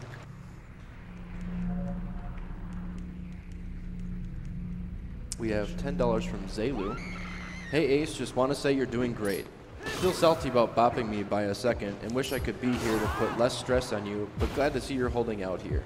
Anyway, good luck, man. We're all orkying for that 7-cycle Zelda. Also, save the animals. Thank you. So Zelu, I beat him by 1 second. My PB is 1 second faster than his. And if you know Demon 9, Zelu's PB is actually 1 second faster than Demon 9's, so yeah, we're all within 1 second of each other. Alright, so I'm gonna put bombs in Uku and warp away. Keep the bomb bag. I'm gonna get rid of all my bombs actually, as I need water bombs. I need water bombs to get the Goron bomb bag, which is a permanent bomb bag. If you save warp or die, you lose the rented bomb bag, which is not good. Oops. So yeah, I'm gonna get rid of all my bombs in this pool. There's a faster way, slightly faster way to do it, but it's if you screw up the timing, you just end up dropping a bomb behind you, and if it blows up, you have to walk away. It just ends up not being faster. See, I'm doing this again because I need water bombs.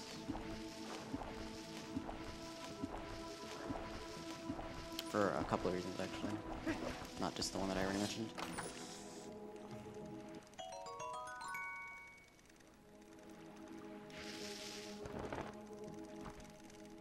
We have $150 from Maxaroon. This is my first SGDQ, and it's really rad that gamers can give something back. Hype for the staff and all the behind-the-scenes crew, and best of luck to the speedrunners. My donation goes for Symphony of the Night, my favorite game of all time. May the RNGs be ever in your favor. Alright, so the water bombs have a few uses in a speedrun. One of them is called Rocket Link, which you're about to see.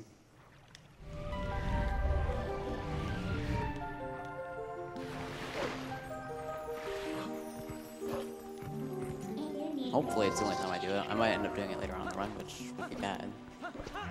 Accidentally. Better not happen. Alright, so I need water bombs to blow up this rock for the permanent bomb bag from the Goron. Oops, whoops.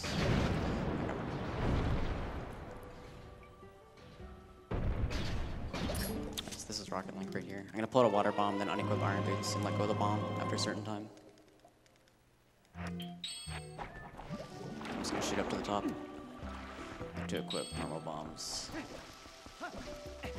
And I need to dispose of these bombs too, because I'm going to be putting water bombs in this bomb bag also later on, since I will lose the water bombs that I currently have. Actually, I won't be using any more of these water bombs that I have currently.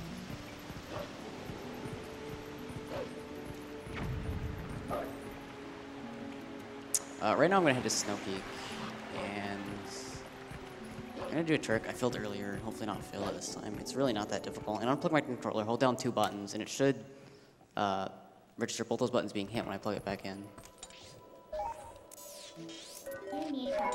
Okay, so I warped, I canceled the warp with Midna, and now loading zones are no longer active.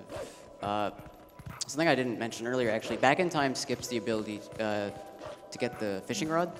You need the fishing rod to get the reek fish scent, which you're supposed to use to climb Snow Peak here. And if you don't have it, there's an area which you just void out.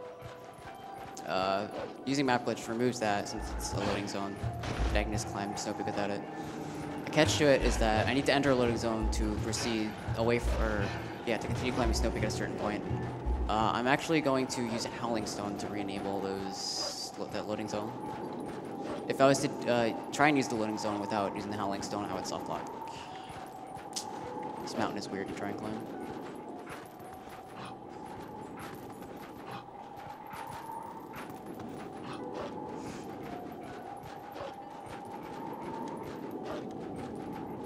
We have $75 from JA. I enjoy tie-dye princes.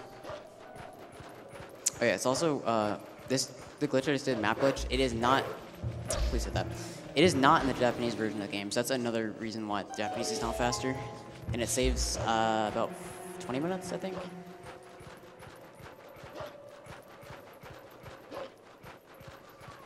Alright, so I need to use this Howling Stone.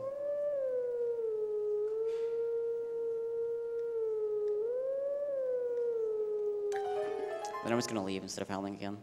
It'll just reload the area, and the loading zones will be there.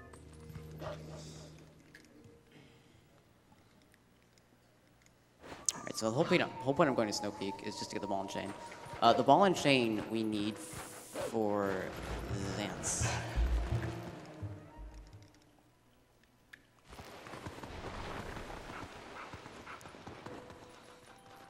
I believe that is its only real use. We'll use it in some other places to save time, but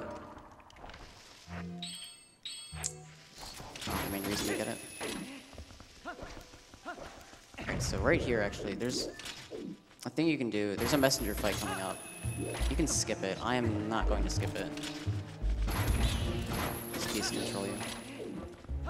You can skip it, okay, you can skip it by doing an LJA and hitting a trigger for a cutscene later on. Or for a cutscene at another, like, I'll try and show it in a second. There's a messenger fight right here. I'm just gonna do it. Past this messenger fight, there's another trigger for a cutscene with a, what's it called? I can't remember what it's called. There's this creature, you'll see it in a moment. We LJA past this fight and hit that trigger and void out. And it skips this fight, so it saves time, but you end up doing this next thing about the snowboarding completely blind. And if there's 2 scary jumps, and if you fail it, it loses approximately a minute. Or I don't think it's quite a minute. And I also want this portal for something else, so I'm going to show off later, maybe.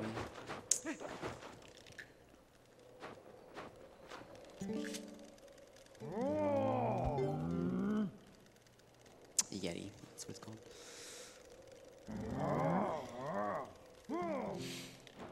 I see, yeah, if I skip that messenger fight, all that fog would still be here and I have to do this blind.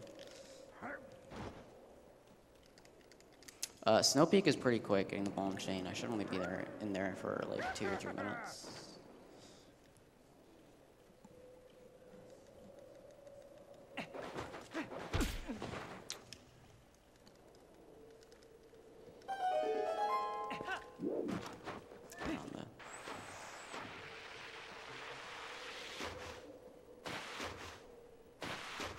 Yeah, it's slightly faster to jump.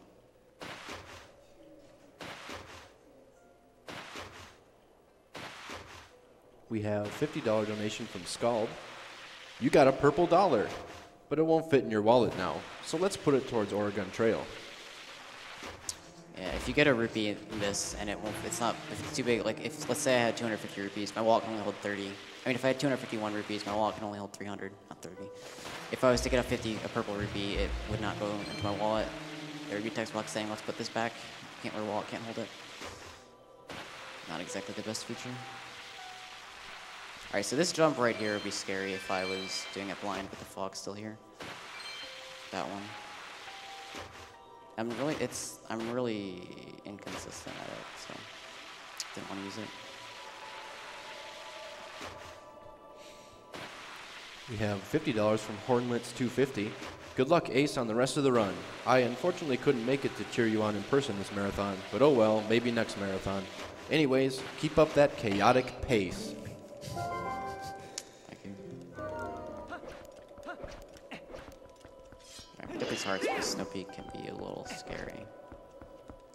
Oh, doors on the right-hand side are usually, when there's a double door, usually the door on the right-hand side is faster to open just due to the animation.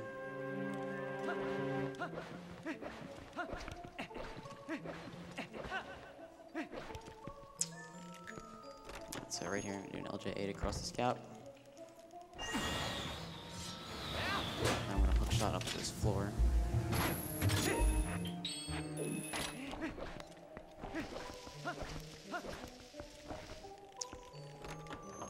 And then you're supposed to have the ball and chain to get this small key over here, but so I'm going to do 2 more long jumps. Okay, so it would be faster to avoid out here to get back to the other side, but since it's a marathon and I want to be a little bit safe, I don't want to die later to this interesting mini boss. I'm going to do a long jump to get back.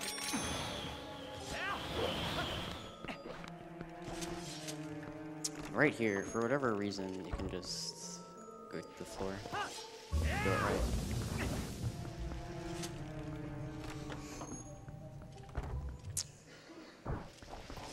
Alright, so in front of the mini-boss, or the door leading to the mini-boss, there's a freezer. Nice. And I'm gonna skip it. You're supposed to do a lot of this dungeon, and then put a cannonball in the cannon. And shoot a cannonball at it to destroy it, but you can clip right through it. Like so. And then into the mini-boss room. This boss deals 1 heart of damage, and I only have 3 hearts right now, which is why I... Okay, voiding out loses you 1 heart, which is why I chose not to void out before. It's not that hard of a boss after you've prexed it a lot, but stupid stuff can still happen like that. Just gonna try and make him... Are you kidding me? If I die. It's possible to 1-cycle him. Wow, I still... Silly. Apparently he has actual AI. So, it's a stupid boss. If you fought him casually without many hearts, probably died to him a couple times. Ideally, I wanted to go around behind him, place a bomb behind him, then roll away from him at a certain time, and usually that will, he'll swing the ball at me and I'll be able to go behind him and 1-cycle him. I'm surprised I was able to 1-cycle him with getting hit twice. Alright, so I'm gonna get this rupee here. Hopefully. Yeah, okay. Alright, so get the rupee tech, so I'm gonna save warp out. Just again, I can't use Uku in mini boss rooms. I still have Uku from Lake Bed. And now we're gonna go fight Morphle. Again, without Zora armor.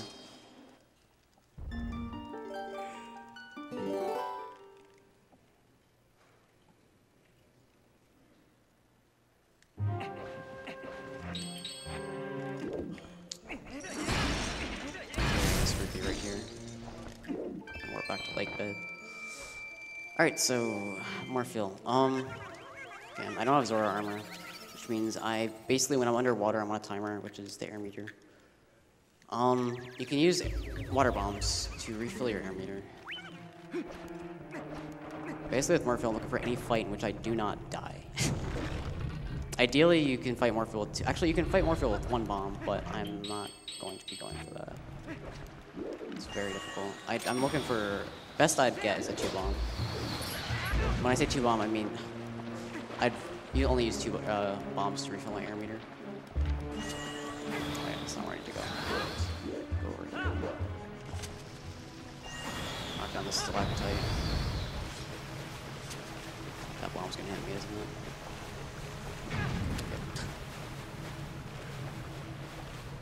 Alright, I'm gonna get water bombs for this bomb bag that I just completely emptied. So ideally these water bombs, if Morphle goes well, these water bombs will last me throughout the rest of the game. And I'll end with only one. But since I'm looking for any fight in which I don't die to Morphle, Morphle's movement is random, so I might end up needing to use all of them, which hopefully won't happen. That would be an atrocious fight. Hopefully she'll be nice. Oh yeah, this is the only dungeon in which you can skip the boss key, since there's water out of bounds here. Clipping through the vines and going underneath the map. And you're on the air meter timer here too, but it's really not difficult at all. Because you come over here and then, for whatever reason, it counts as you like standing on solid ground. So you just enter the boss room.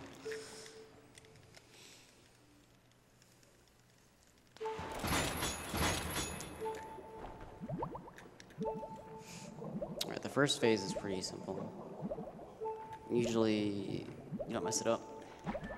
Oh my. Dang. I just did that. Just put my controller down. Hope that I make it. Why did I hit X? I took off the boots halfway down.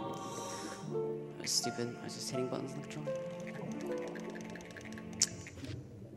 I'm not happy with the overall how this run has been going so far.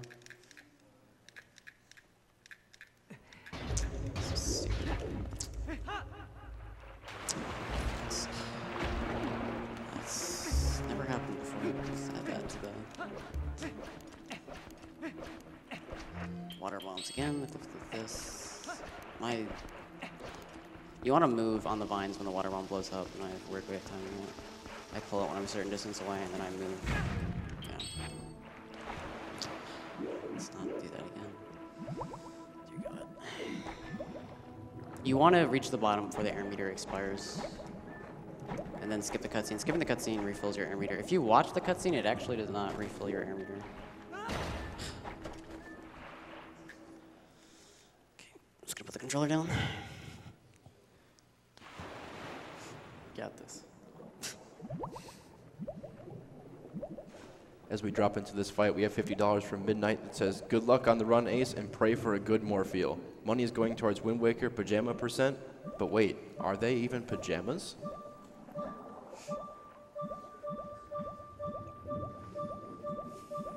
Alright, so first phase, we'll land a spin attack on this eye. Hope the eye doesn't bounce around too much. Okay, that's good. And I'm gonna pull a water bomb before the cutscene starts, and unequip iron boots. Okay, so you need to hit her 3 times. You need to grab onto her and do 3 sets of combos. The second time you grab her, you usually go for a re-grab. Like, you can grab her immediately and go for hits again. I might not go for that depending upon like where she is in the room. If she's too high up, I might not get to the bottom in time before the air meter expires. I need to be on the ground at the bottom to refill my air meter with bombs.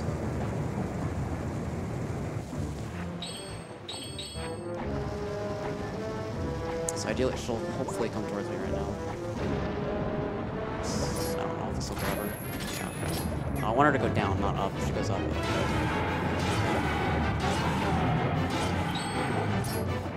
Please equip stuff correctly. Yeah, I'll make this. If you let go of the wand too early, you actually end up doing Rocket Link, which is what I did earlier.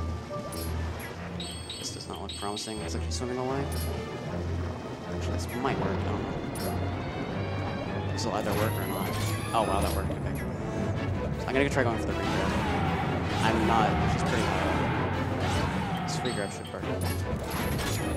Decent Morphle. Just sucks that I unequip the iron boots while sinking down. Sushi. Everything that's stupid could have happened this round so far. I was concerned about EMS and Morphle. I got EMS first try, Morphle was good. Everything else has been crap. All the other big tricks, at least. Okay, so we need to kill Morpheal actually to spawn Aru, which is a guy that's going to let us access Private Oasis. Not Private Oasis, the Desert Province. And we need to access this area to get to Arbiter's Grounds. Arbiter's Grounds is where you assemble the Mirror of Twilight. There's 4 parts to it. The game only checks for first and the last part. So we're gonna get the first part from Arbiter's, last part from City. And then go to the Palace of Twilight, through the Mirror of Twilight, and then eventually to Ganondorf. Actually, killing Morpheal actually spawns Aru. Which, again, is the guy I need to access the desert. After this, you need to take, after you leave through this warp, Midna becomes sick after a cutscene with Zant. I'm gonna skip it, obviously. And we need to take Midna to Zelda. If you could somehow leave this room without going through this warp, you could completely skip needing to bring Midna to Zelda. But save warps don't work, death warps don't work, unfortunately.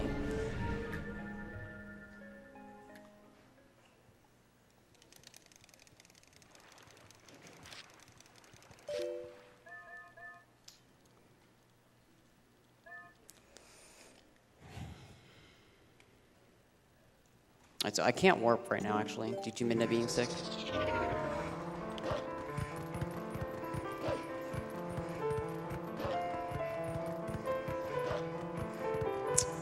So yeah, it takes about, I think, it takes like 6.5 or so minutes to get to Zelda from beating Lake Bed. So it's a good time for donations if you want to raise them.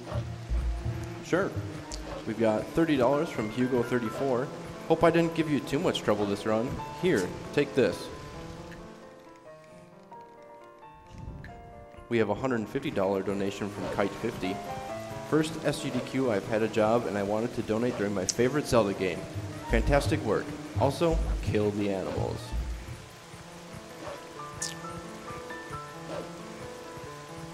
Alright, by the wolf right there is the wolf that I spawned earlier. You might have noticed him. It's Golden Wolf. I'm gonna use him after the Midna's Desperate Hour, which is what we call this segment. Bring Midna to Zelda to get healed. We're gonna use that to get the ending blow. That wolf. We have a $20 donation from Sonic Lucario.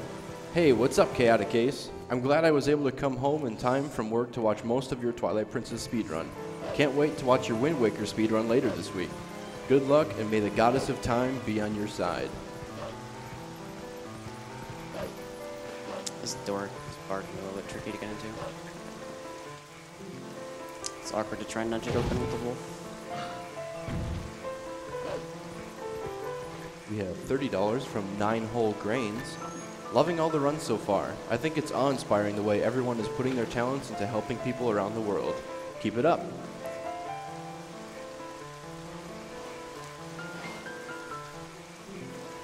We have $300 from Danmo. Love watching Games Done Quick. Every year I stay up all week long watching. Shout out to my friends watching Miller Rice and Snapdude. Oh, by the way, all 300 goes to killing those animals.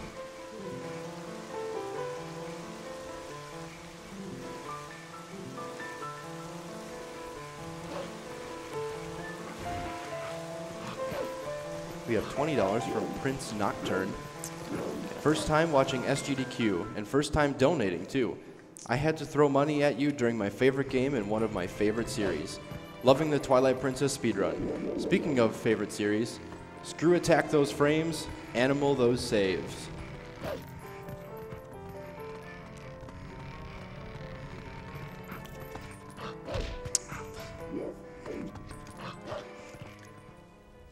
We have $200 from Ted Raven. When Twilight Princess first came out, I played for almost 30 hours straight and got nowhere near the end. It's hilarious to see this game get beat in a tenth of that time, like it's no big deal. Keep it up, guys.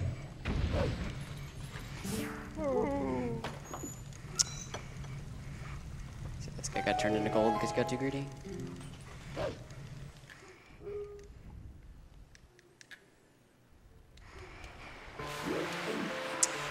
This pool right here to my left, actually, during Midna's Desperate Hour, you can't climb ledges as Link.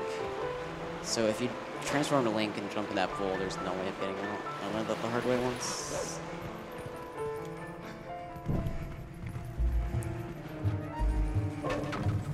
We have $30 from Kuyarami no Tenchi. Hey again, nice run and nice French restream. Thanks to Gaming Live and Mr. MV for doing that. And of course, thanks to the SGDQ for doing that. It's just awesome. Good luck for the rest of the run.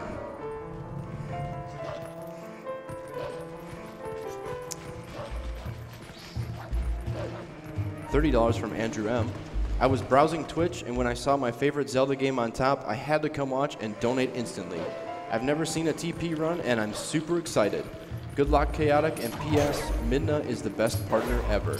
She needs to come back somehow. Alright, let's skip the rope. These ropes are very difficult to get onto, so be very careful with them. You also killed that first bowling because the bowling can actually snipe you at the very top of this well. He is an aimbot. Get some pro sniping skills.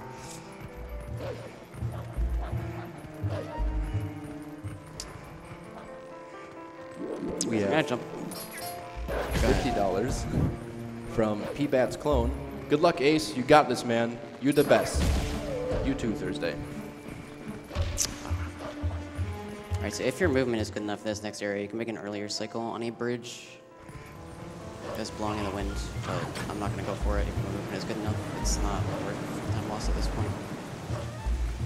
If I miss it. It saves like 3 or 4 seconds, I believe.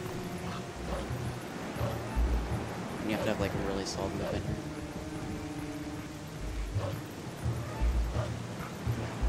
Yeah, it's this thing right here. You want to get on that and then... Oh god. You want to get on that and land over there by those boxes before it goes down.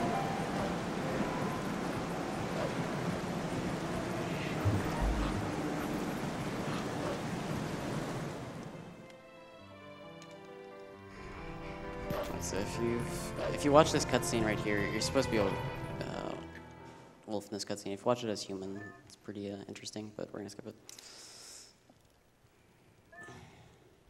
That's a cutscene of a barrier spawning around the Hyrule Castle.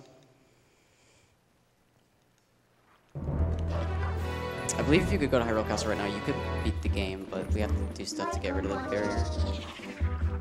So in a way, skipping that barrier would be an amazing find. Make sure they're required to have the spinner to beat the game too.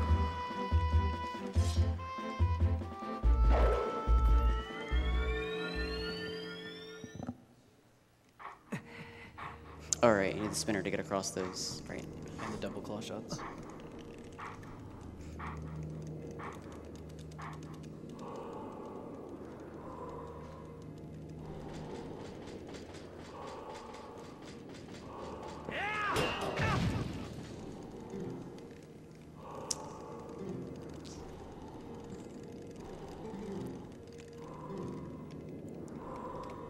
So yes, final blow, or ending blow, like I mentioned earlier.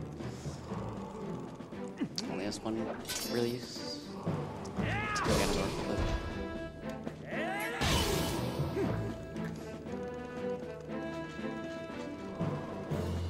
We have $20 from Near1313. I just had to donate during this run. It's my favorite Zelda. Good luck with the run. P.S. Kill the animals. Kill them dead.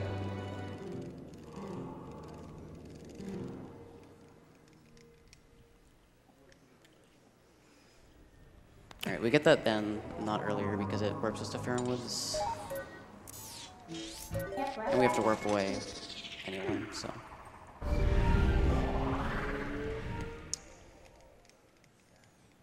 so I'm gonna go see that guy Aru that I mentioned before, that spawns after you defeat Morphle. He's gonna give me a memo. I'm gonna talk to the guy that over by the cannon, and he's gonna shoot me up into the desert. And I'll head to Arbiter's.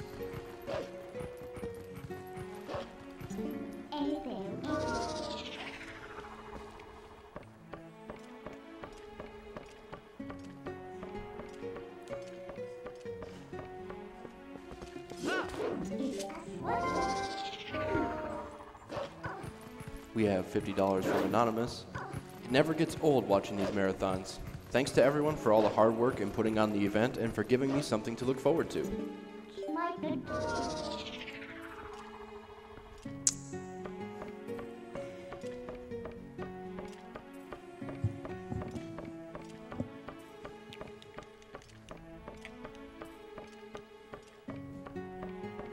yeah, there's nothing else that's too major that can end up wasting a lot of time with this run, luckily.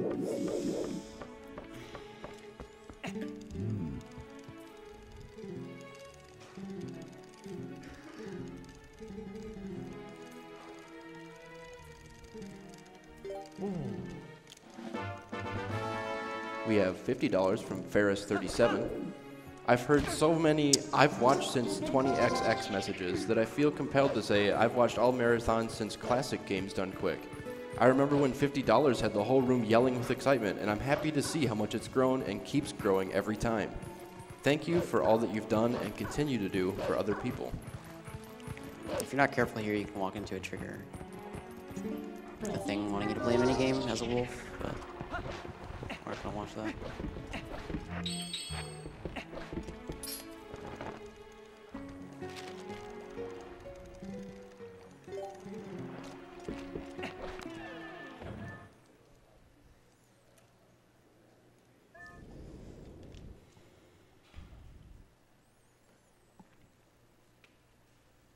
We have $50 from Curiel92. Greetings from the cold north. This is the second time I've been able to catch SGDQ live, and finally I have enough money to donate. So why not donate during one of my favorite games of all time? Good luck with the run, Ace. Looking forward to Dark Souls 2, and let's clear the incentive for 2 players, 1 controller.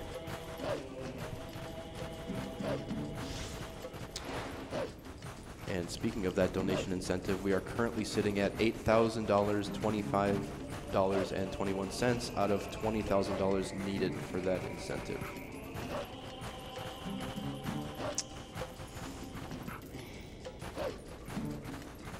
Alright, so coming up in a moment, there's a camp where you're supposed to fight the Bubbling. You're supposed to get a small key and then fight the Bubbling King and write a board to get to Arbiters, but to use map glitch and do something interesting. So again, map glitch. I'm gonna unplug the controller, pull up the map screen and Midna at the same time, and then warp and cancel the warp with Midna. It's in the next area.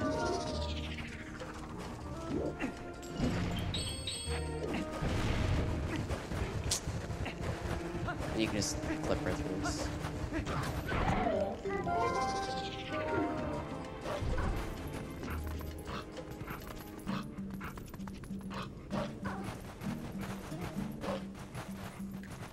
Alright, so yeah, I'm gonna unplug the controller real quick. This Bubbling always notices you if it's daytime. Alright, just not want to kill myself. Okay, that works.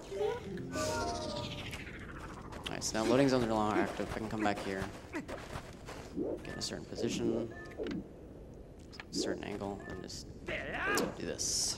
And then sit back and wait.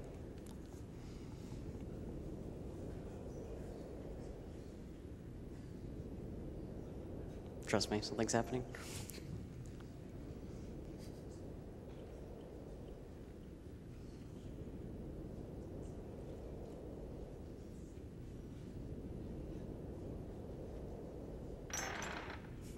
So I triggered that cutscene, it turned me around. I'm gonna trigger another cutscene. And that's gonna skip that entire camp. And then you can one-cycle that guy. Fun fact, if he one hits you and you have map glitch active, you actually soft lock because map glitch doesn't give you the game continue screen. It's happened before. So yeah, although I disabled loading zones, we're gonna use this, I can still leave this area. Okay, the boar breaking the gate to leave this area triggers loading, I guess.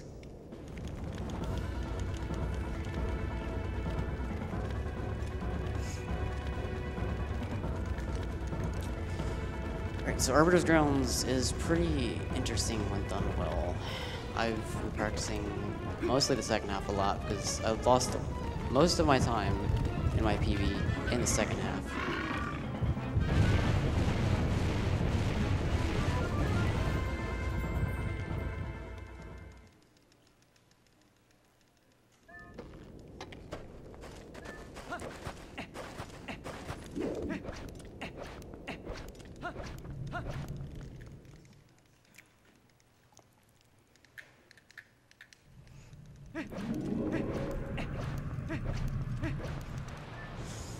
Alright, so in Arbors, there's a lot of sand, obviously, and you want to try and avoid being in the sand as a human, because moving around the sand as a human is very slow, and you void out if you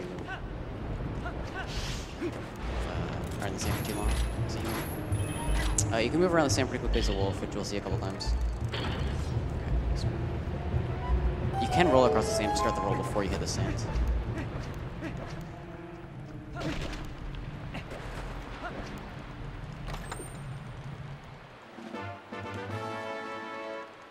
There's actually two, okay, the whole point of this dungeon, the first part, see in a moment, there's 4 pose, similar to Ocarina of Time's Forest Temple. There's 4 pose that come and take, they take the lights from 4 torches, and it closes the door. You need to go and collect the 4 pose to open the door.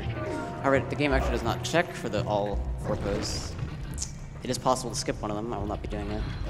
No one does it. It saves, I'm not entirely sure how much it saves. I know it's about a minute, I think. It involves a very, very precise backflip while in the sand with moldworms attacking you as a human.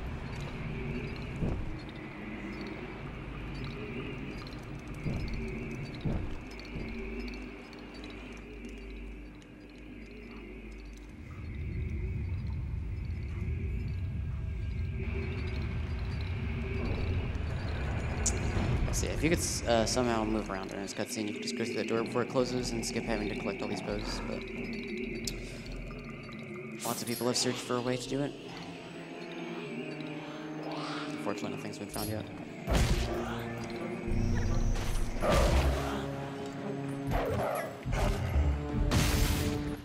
Alright, so there's actually one frame where you can grab the Poe again. I don't know. Yeah, there's a frame there after getting the soul for the this cutscene, where you can actually go and grab the Poe again, attack the Poe again, and take its soul out again. Unfortunately, that doesn't actually work. Dupe the soul. It'd be cool if it did though.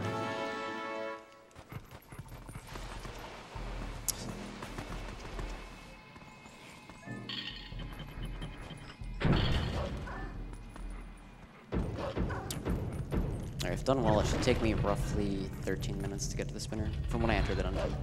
So already a couple minutes into that. This bubble can be a bit of a troll.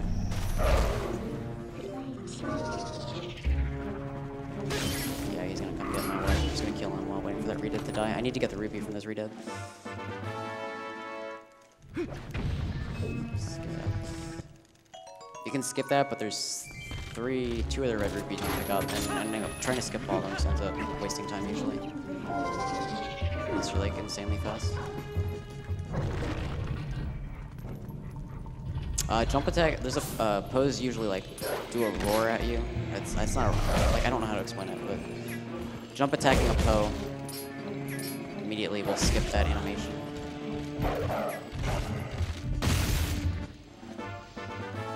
Those bubbles can, if you don't attack them and stun them, they can knock you off this Poe while you're trying to kill it.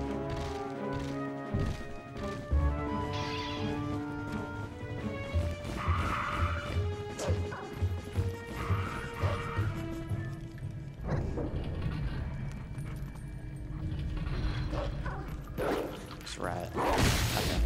There's a rat right there. You probably didn't see it, but I just spent a tactical as he went to attack me.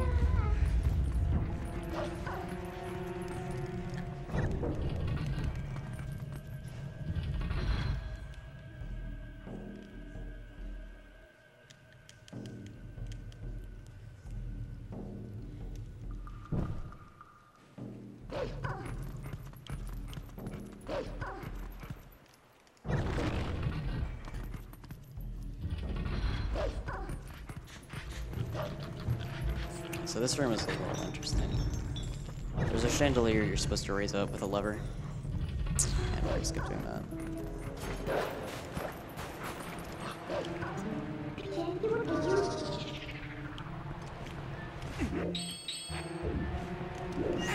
I did the boomerang in case the bubble was behind me. So I'm gonna stand right here. Right here.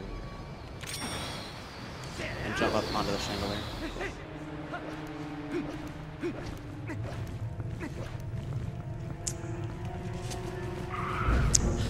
You want these bubbles to hit you after you've pushed it, so that way it cancels you having to push the entire thing, not right as you start to push it.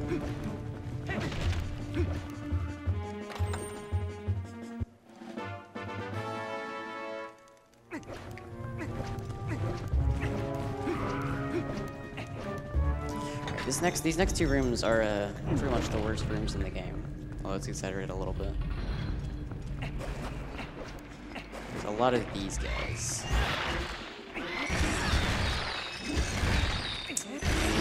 Oh, okay, you want to kill the re-deads. And that mushroom. That was actually pretty good. Oh, it's surprisingly snippy. Re-deads always drop to a red rupee. As I mentioned earlier, I need 300 rupees at one point. Okay, it still worked.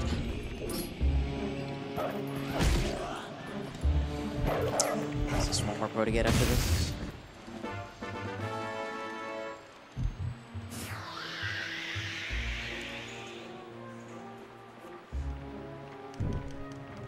Next room, I've mentioned the next two rooms were annoying. The next room, there are rats that you can only see and kill while you have the senses on as a wolf, and they slow you down if any of them get onto you. It's really not as bad as I'm making it out seem, but it's a severe annoyance. No one likes them. They only spawn after you open this chest. So I'm just gonna be safe. Like, you can rush over here and jump that gap before they get on you. I'm just gonna kill some of them, then jump the gap. If you try to jump the gap and they get on you, like as you're jumping over, you fall down, and they just keep piling onto you.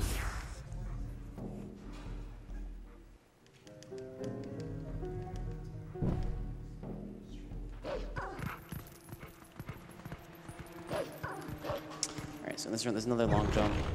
Skip raising a chandelier, I believe. This chandelier right here. It's annoying because there's multiple arms that can attack you. There's little things in the sand, and they can knock you off.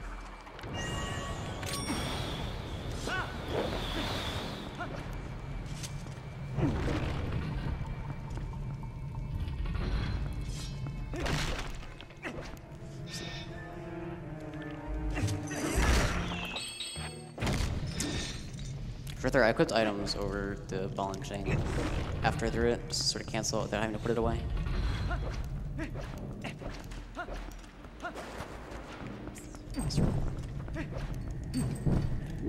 Wow. So here's the last Poe.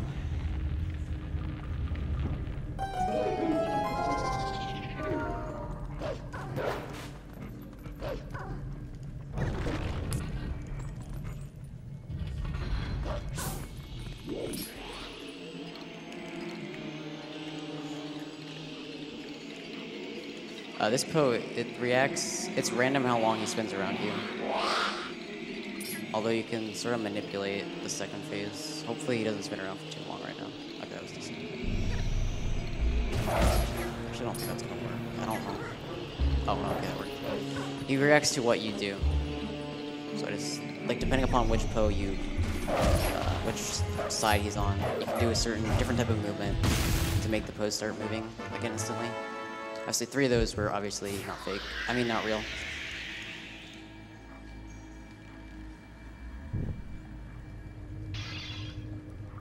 Alright, so that's the last Poe. Good spinner.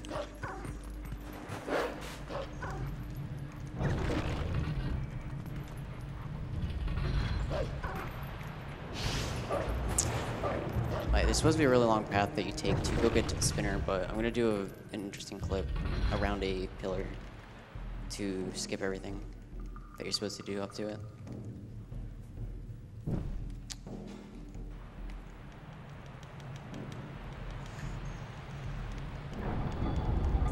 The mini boss is actually skippable. I'll not be going for that either.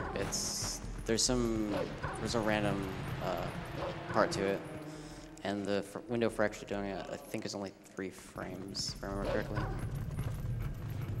Which really isn't that bad, but the random factor to it does not make it cool. See, I clipped around that pillar right there. Now I'm gonna go through a couple rooms backwards.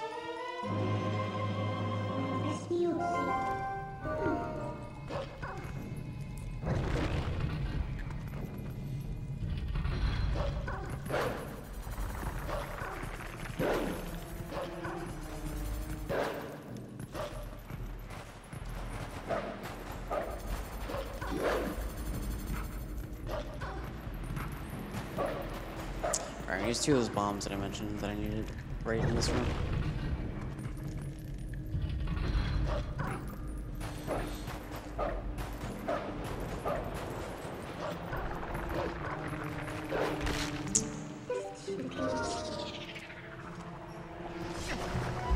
In the event that I would have used more bombs than I meant to.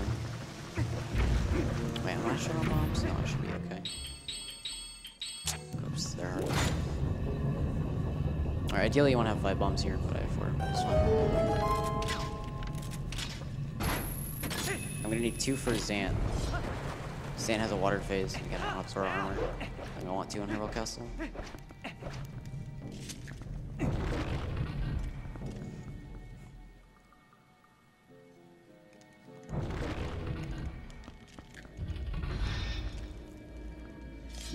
This mini boss can be a little bit tricky.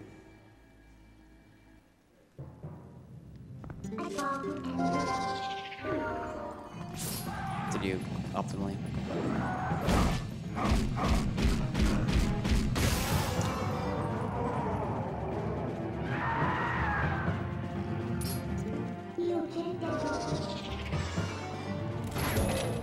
Don't go this way. Wow. What the? Nice lag. That rarely happens. I haven't seen that before, actually. Wow. Yeah, usually it doesn't lag like that. I would have finished one with combos before, but the lag screwed up my inputs. That went well otherwise. So yeah, it's possible to skip him by luring him to over near that gate in the back that's about to open. And you transform him to a wolf, you target him with the Minda charge, and then when he's at a certain point, you release that after walking away from him, and you just land up on top of the ledge. Don't fit him. I think it saves 25 seconds, although no one does it. I have the spinner. Basically a Beyblade.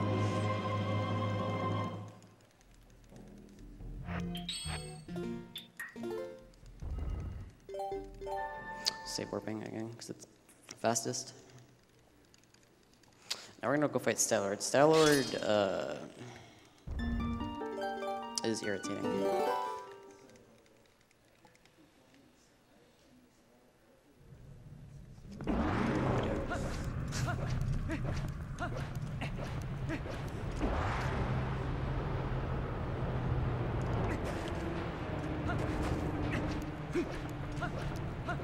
Actually lost a minute to Stylord in my PP. I practiced it quite a bit. During the first, I'll explain it when I get there, I guess. Be better.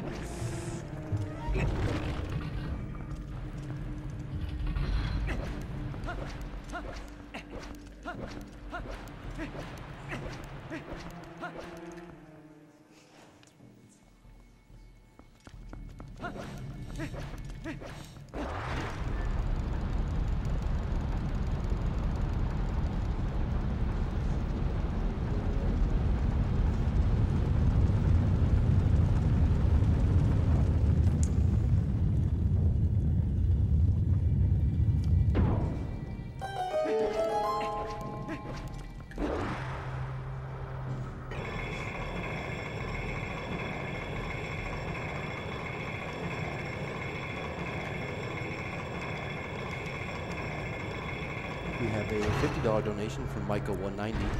Minda's Lament is so amazing. The feels. Thanks for the awesome run. So yeah, we need to do this quite a few times. You use the spinner more often for this type of thing than you do for actually going up tracks. Which is kind of weird.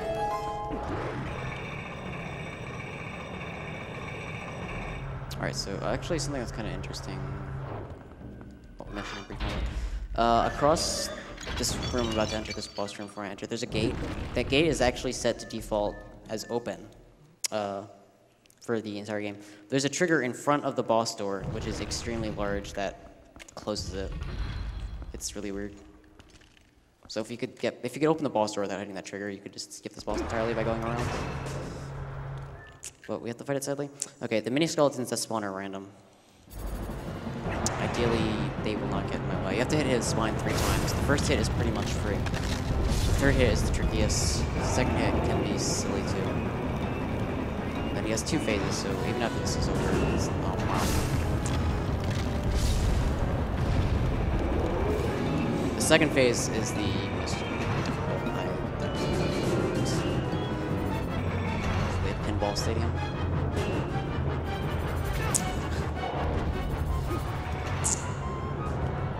His hand's gonna be locked. I could have hit him right there. But yeah, I want to go around and ricochet off this. You can't go directly for his spine because there's a wall of skeletons that spawn there for the third hit if you get too close. So you want to like spawn them, go around them, and then ricochet off a skeleton from behind him.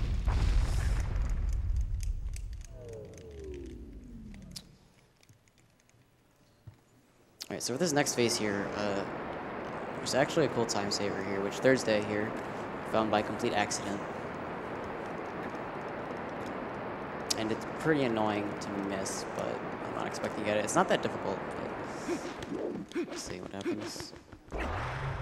So you raise this up, and then you're supposed to, this is going to become a column right here. And you're supposed to go up around this middle central column to his head, and then knock him down. You're supposed to do this, I'm not sure how many times, but if you do just spin attacks on him after you knock him down the first time, you can do it in 1 cycle, which is an extreme time saver. And also, at the very start of the fight here, you can knock him out immediately instead of having to go all the way to the top, which I'm going to try and do. And that's what Thursday found by accident. Again, I'm not expecting to get it. This would be cool if I do.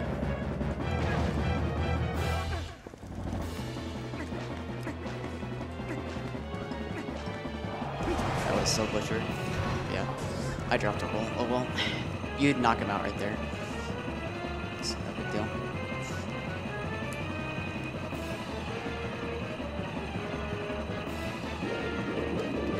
Alright, so instead I have to come all the way up here and dodge his fireballs.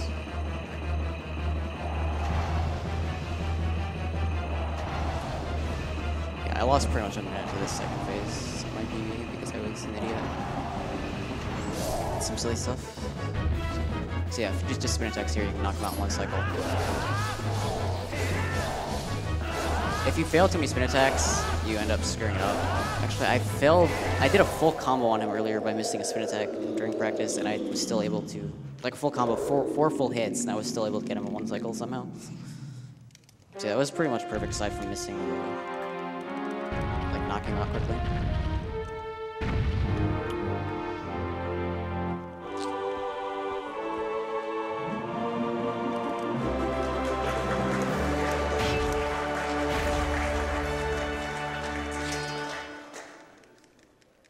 So yeah, now this gate opens.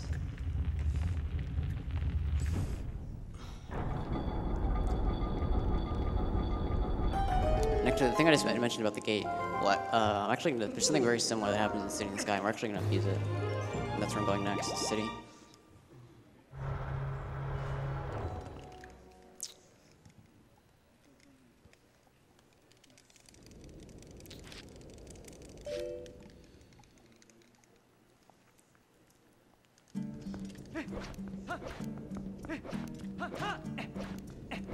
So in order to get to City in the Sky, you're usually supposed to do Temple of Time, get the Dominion Rod, and then go on a long side quest to make the Dominion Rod usable. And then you can access a cannon that shoots you up into City, but we're actually going to do a clip to clip through a statue that's blocking the cannons that are doing all that.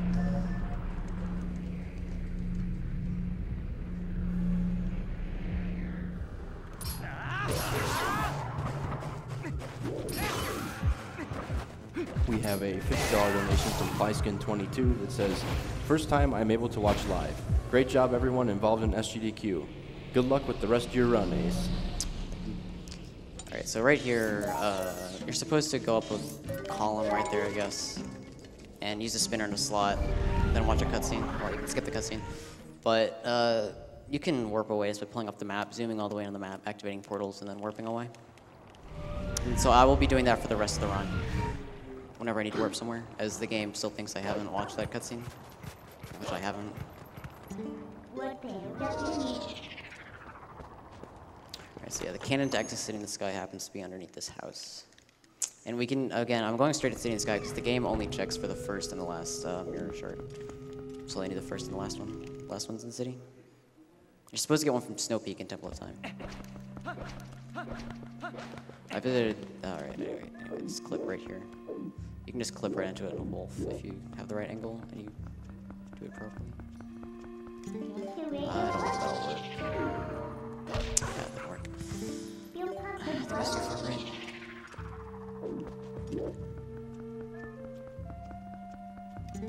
That should work. So yeah, it saves like an insane amount of time for like an hour or two. It's an hour and Actually, 4 minutes. it's an hour? Hour and 4 minutes, yeah. Oh, wow. So I was right with my estimate, roughly. The Temple of Time is a very long dungeon, and then the side quest is also extremely long. Alright, so I should have 300 rupees, which I need to use to repair this cannon.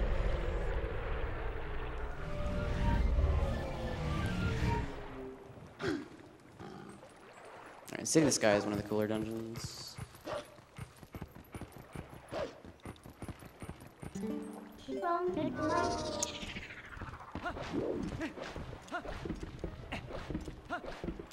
300. If you don't have 300 here, there's actually some rupees you can get that are just sitting on this cannon. The cannon that this dude has, you can get. There's a total of 60. Yeah, so he fixes this thing really quickly for you. Some rather interesting music.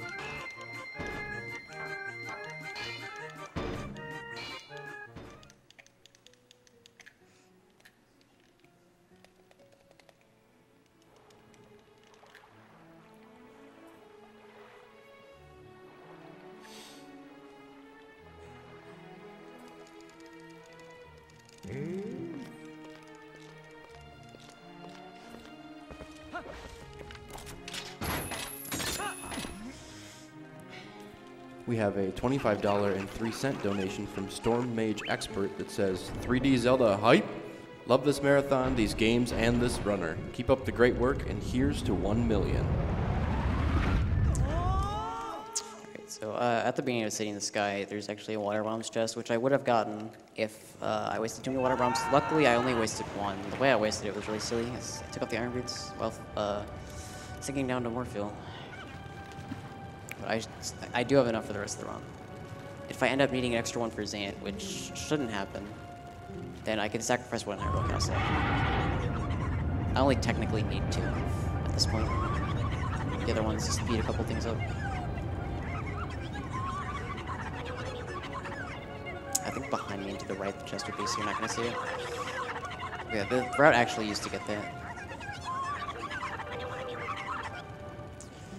Alright, so there's a trick I'm going to do right at the beginning here, in the next room. I'm going to transform into a wolf and walk very slowly toward the door. The wolf does not hit triggers until like half his body is over it, so there's a trigger right by the door. I'm going to open the door before hitting the trigger fully.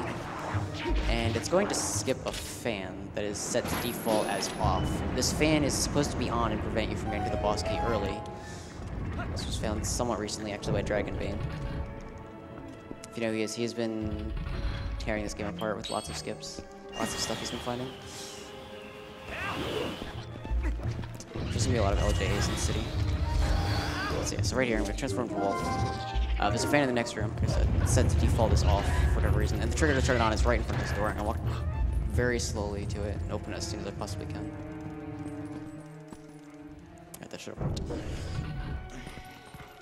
It's a very silly thing. I'm just gonna check. Yeah, the fan's off. Okay. Saves a minute and a half. Saves a minute and a half. Yeah, it's pretty. It saves a minute and a half and also cuts out 2 of the coolest rooms, if done well, execution-wise, in this dungeon. But they're also very difficult to do well, and there's a lot of stuff that can go wrong in those 2 rooms. So it's kind of nice to not have them anymore. If you do hit the trigger by accident, you can just go around and get the boss key normally, which is unfortunate, but at least it's not a complete run under. You can take the spinner off and then do a roll before the cutscene starts. And in turn, the camera there is very screwed up for a moment. So when I come back across this bridge, I'm just coming over here to get a small key. After I get the small key, it sets a trigger on the other side of this bridge. And I will need to skip that trigger, hitting that trigger. It actually triggers a cutscene where Argarok, the boss of this dungeon, comes and breaks the bridge. It's beneficial because as long as that trigger is there, when you save warp, it will respawn you in this room, not at the beginning of the dungeon, which saves some time on this movement. So I'm going to attempt to skip that trigger. If I miss it, it's really no big... I think I have never missed it, but... Let's see. Something stupid that can happen. I'm going to claw shot a P-hat, and then wait for the wind to blow. I'm going to jump off the P-hat, and the wind's going to blow me away from the trigger. A Kargarok can hit me off of the P-hat. It's never happened. It has happened to people before, in runs, in good runs, so let's hope it doesn't happen. Alright, this P-hat right here, and claw shot, get a certain angle, and then... Alright. That skips that bridge breaking.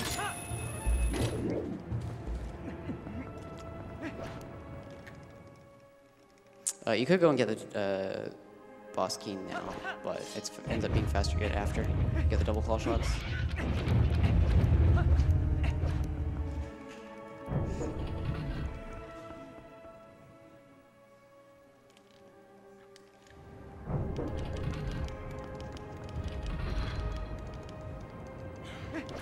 This Deku Bubba here by this spinner slot is very stupid.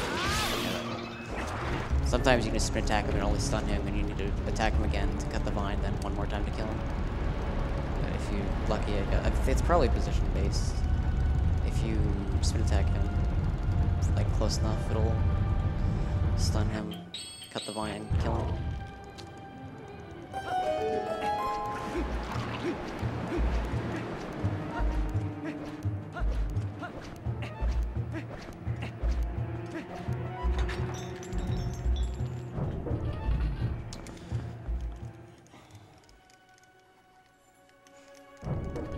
This is a pretty fitting donation for this temple. We have $30 from Anonymous. It's dangerous to go alone. Take the boomerang and you can jump wherever you want. Did that for quite a couple rooms here. This room is a little annoying. There's a keys that can knock you while you're... Really? There's a keys that can knock you while you're trying to set up an LJ here. Not sure why that felt.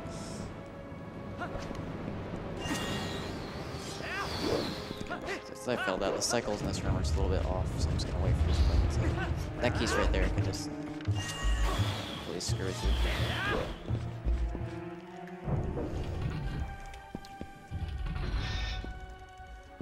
You're supposed to kill these 2 Lizarflos. I'm not entirely sure what their names are. There's a bunch of lizard enemies and all that. You can just spin attack them and knock them off.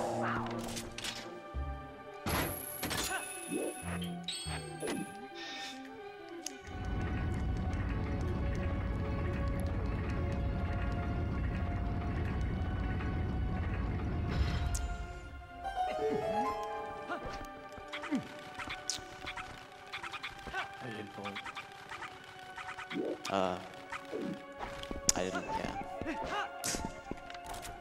Wow. Nice. No one saw that. I promise. You need to pull this to activate that wind so that you don't... Wow.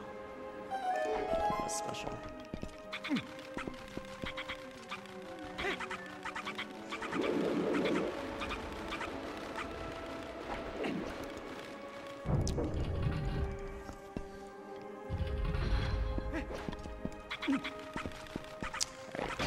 That's not what I wanted.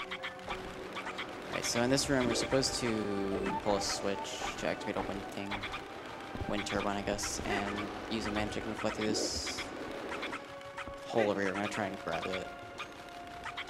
Okay.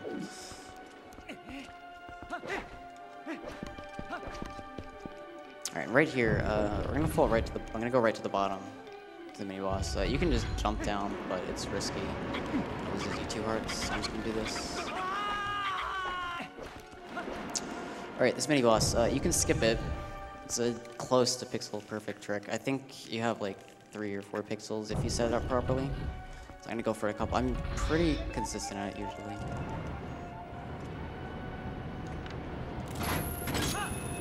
It's a pretty long and annoying fight.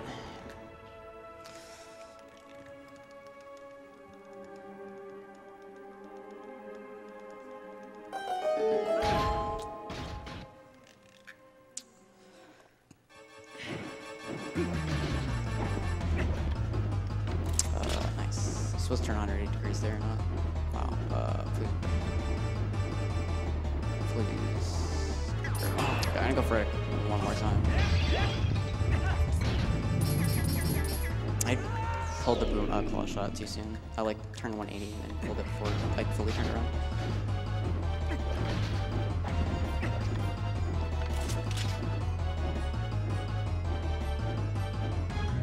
Where are the? It's there. I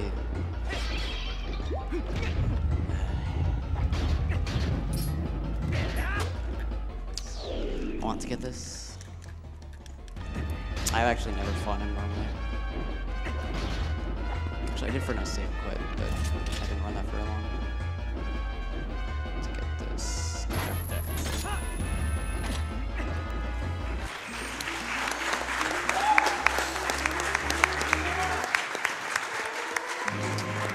You have to be able to move the claw shot very slowly and precisely.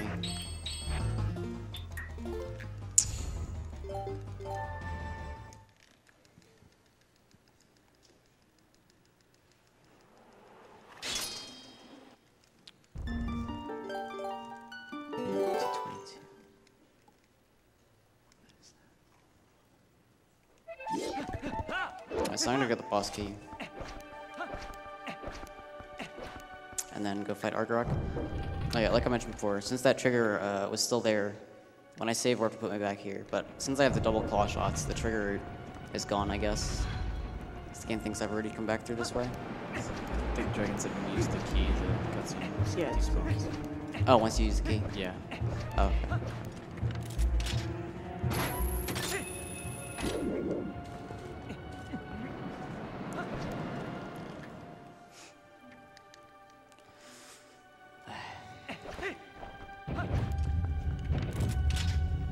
I'm on the block right now. Yeah. Alright, so you're not supposed to come this way, obviously. This fan is supposed to be spinning, and you're not supposed to claw shot these. I think if you claw shot these vines when the fan is spinning, it just knocks you off. Wow, grab the ledge. Rough shot. Alright, this claw shot is kind of precise. It's really not that bad though. Skips most of this room. Skips a lot of going around on ropes and stuff, and then there's an LJ here to skip the rest of it.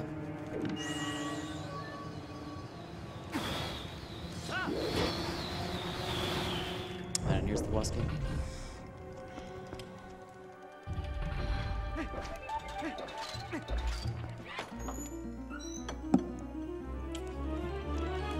So yeah, Morphil, like I said, Lake Bed, the boss key was the only one you can skip. There's actually, you can get behind the loading zone of one other boss door, I believe. I think it's just one more. And Snow Peak, you can actually get behind the boss door and get on the loading zone, but the loading zones are tied to the boss door, unfortunately.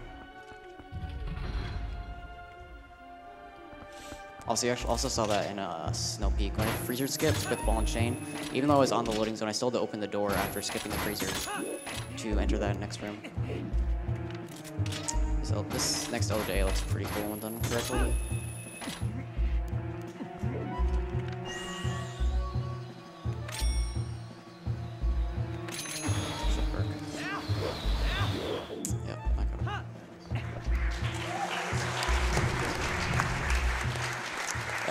This next room is on a cycle, and you want to be quick enough to make good cycles with it. It's a pretty difficult room when you first start running this game to do optimally. You really have to aim with the claw shot really quickly and not hesitate with your shots. Okay, I want to hit this claw shot relatively quickly. Oh yeah, I also forgot to mention, you can, when you're hanging off with the claw shot, you can hit L. I think, I'm going to do it real quick. I'm not entirely sure what the inputs are. I just physically do it. Alright, you can hold the, oh wow, that might be, okay, still works. You can hold Y, hit L, and then hold the direction on the control stick, and it'll let you aim really quickly instead of having to, missing that one's no big deal. Really quick to,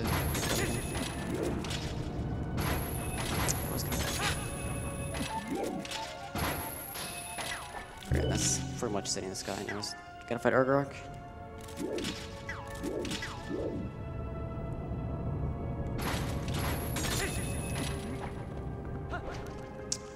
Right, Argarok is a very long and boring boss. There's a lot of cutscenes.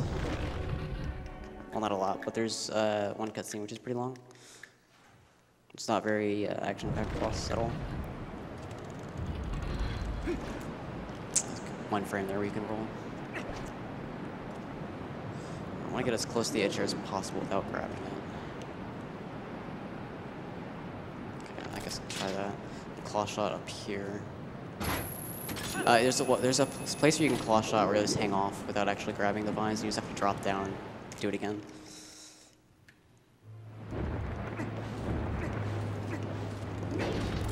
Alright, so for his first phase, you need to grab his tail twice and weigh him down.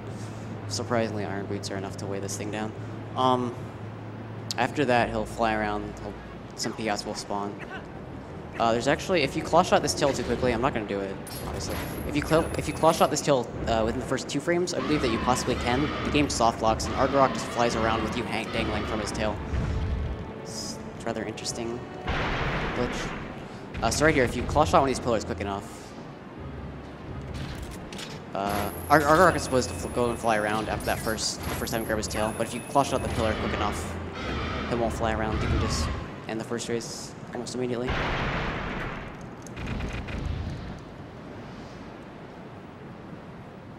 You could fit in some donations if you want. Sure. We've got $30 from Kai Connell that says, "It's dangerous to go alone. Take this. Good luck to all the runners and keep up the great work." $30 from Free Scout. "Great run so far. Really great to see so many people coming together for such a great cause. Remember, save the frames, kill the animals." $30 from Jam78. "Hello everybody. I just needed to donate during one of my favorite games. This one goes to saving the frames. Good luck, Ace, and keep up the good work. Greetings from Mexico." Thank you. Alright, so far the second half has been pretty good. Stupid stuff in the beginning was unfortunate. Really, what was out of my control was camera being bad for Ridgewood.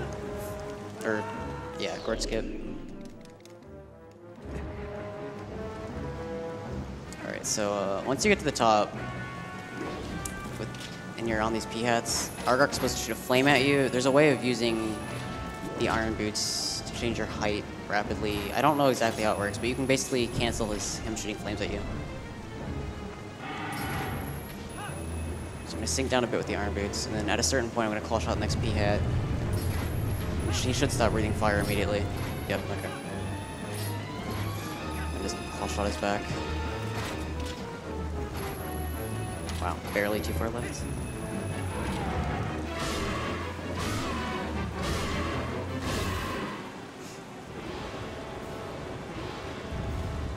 Alright, so you have to do that 3 times, although the 3rd time is slightly different. Didn't like how close as far away I was. I'm way too hesitant with these targets. Alright, so the same way one more time. Just claw shot this with iron boots on, then wait until a certain point. Alright, the 3rd time I'm going to do this is going to be slightly different.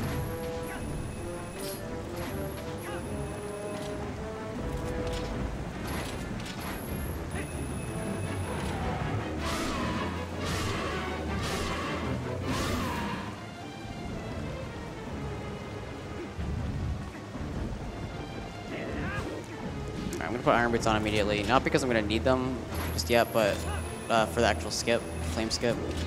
But the wind would blow me around if I didn't have them on, so I'm gonna take them off right here.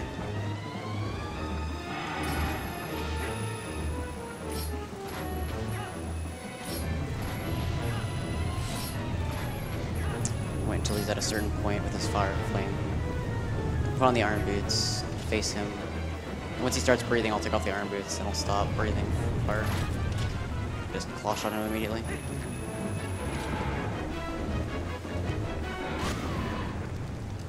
That's Argarok sitting in the sky.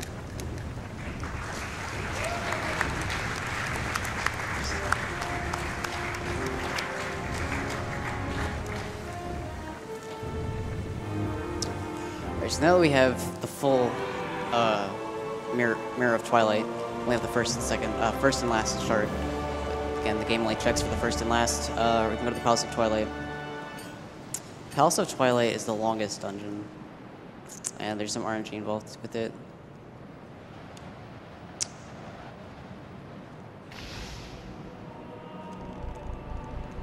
We have a $50 donation from Dark Templar 123 that says, I said I would make another donation once I could, and I'm happy to donate to such a worthy cause. Let your runs be fast and your mistakes few. P.S. We all need to eat, so let's kill those animals. And $50 from Technomegas, who says, why everyone is so obsessed with killing the animals, I'll never know. Haven't you people ever heard of emergency rations?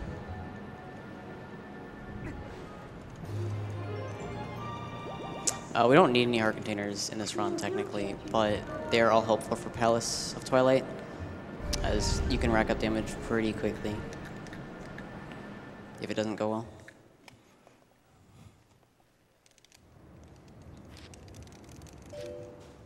I'm going to claw shot the cannon with the Iron Boots on. You fall from the sky right after you claw shot the cannon, and if you with the Iron Boots on, you can do a jump attack at a certain point to avoid falling in the water. If you didn't have them on and you did a jump attack, you'd normally fall in the water.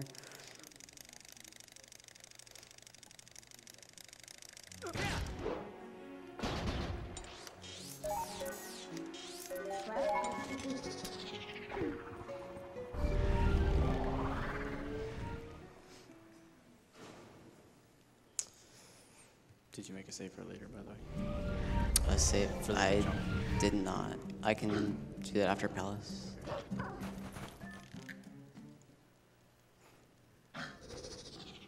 Alright, so there's a trick I'll show off. I want to show off at the end of the run, as long as the rest of this goes okay. If I waste too much more time, I'm not going to shut off, because I've wasted enough already.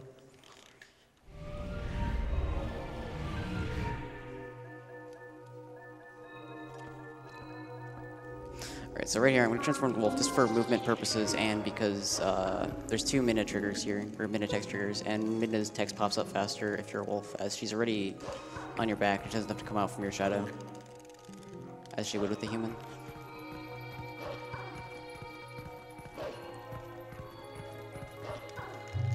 Also, Zant heads are fastest to kill with a wolf. I'm going to fight the first one in a moment. They're just normal enemies.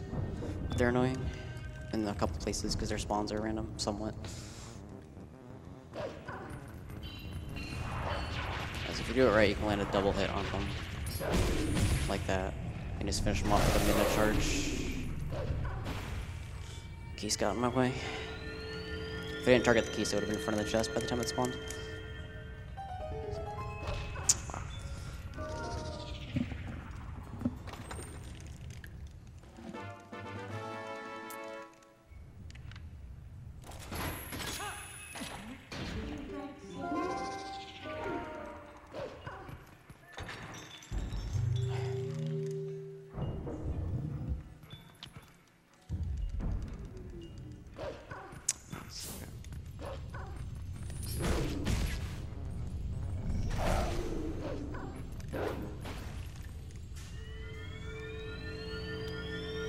Alright, so the next room is Phantom Zant. You fight Phantom Zant twice.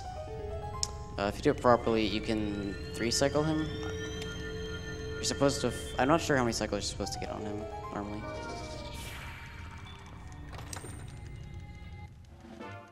Actually, I'm not sure if it's possible. I don't think it's possible, though.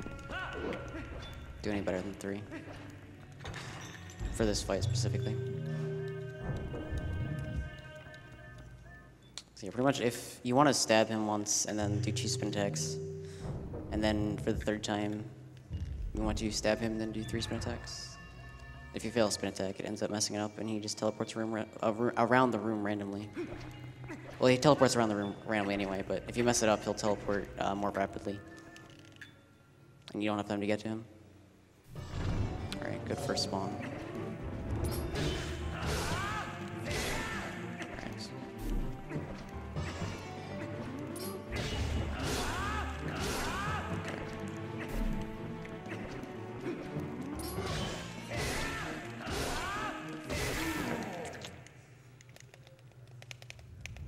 So you need to fight 2 of these for 1 soul each.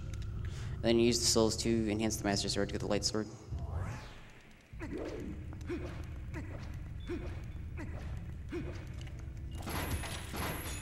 What? If you take too long to claw shot that. Maintenance text pops up.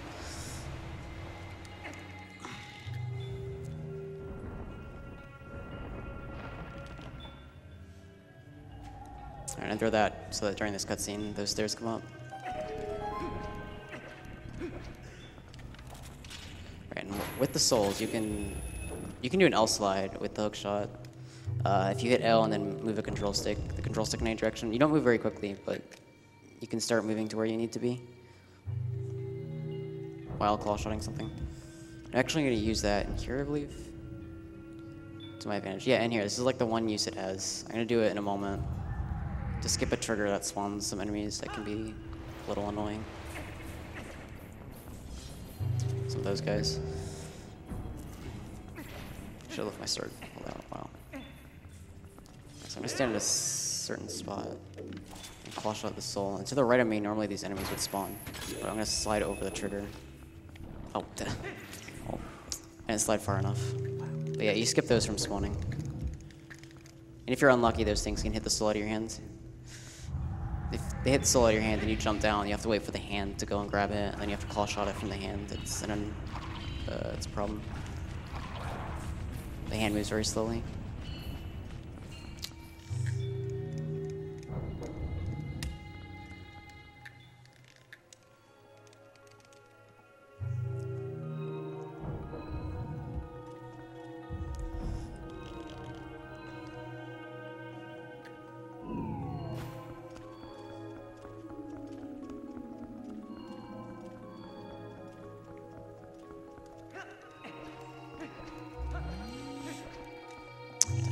I'm gonna get 5 rolls in there ideally. Just a little bit late. You're doing LJ across. I don't know if I'm not risking that. You're doing LJ across here, just keep going across the light platform.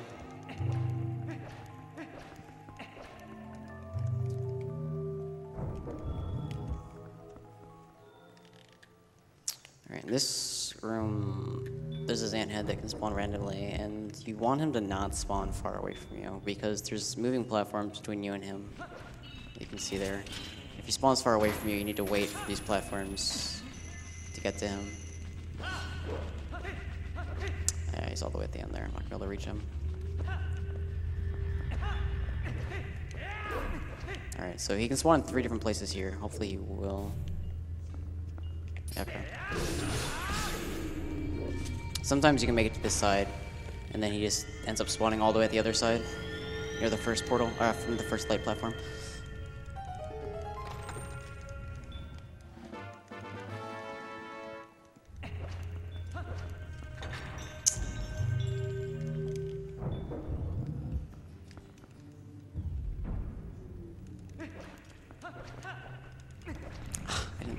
You want to throw the boomerang there to stun 2 of these messengers. So I'm gonna wait for them to get over here.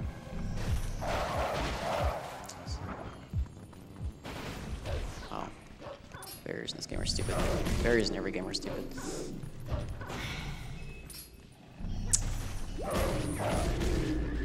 What? Okay. I don't know what went wrong there. I guess I didn't target all 3 of them twice. Dude, what? It's weird. You want to target all three of them, so that way, and like when you target all three of them, Link attacks them in such a way that he attacks two of them twice and kills them, and only one of them needs to be attacked the second time.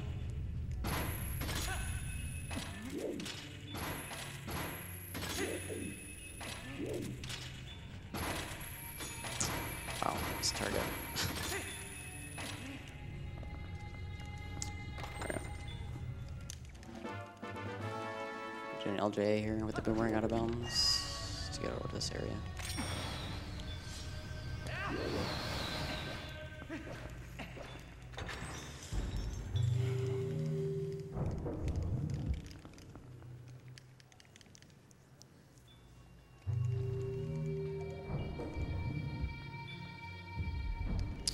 Is this the second Zamp fight? Second Phantom Zamp fight.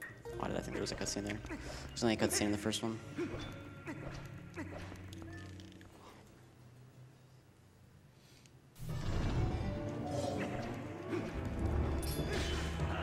You want to get to him before he throws that energy ball. Because the energy ball will oftentimes spawn enemies. What are these spawns? If he spawns enemies, he also warps around the room more rapidly. Plus, the enemies prevent you from attacking him.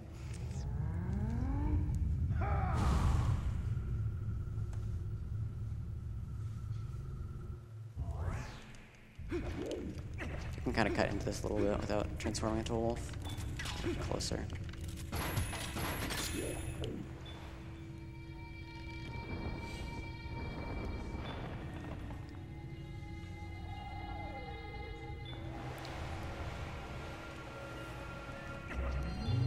Ideally, you would drop that and then do 2 rolls. I've never really been able to figure out where exactly you want to drop this.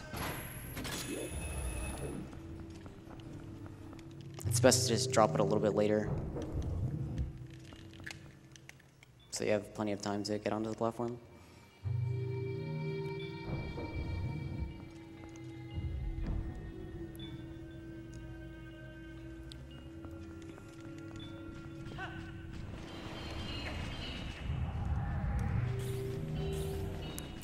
These keys can be a little annoying. So you claw shot this soul, and if they follow you all the way over here, they can prevent you from doing so. They were nice.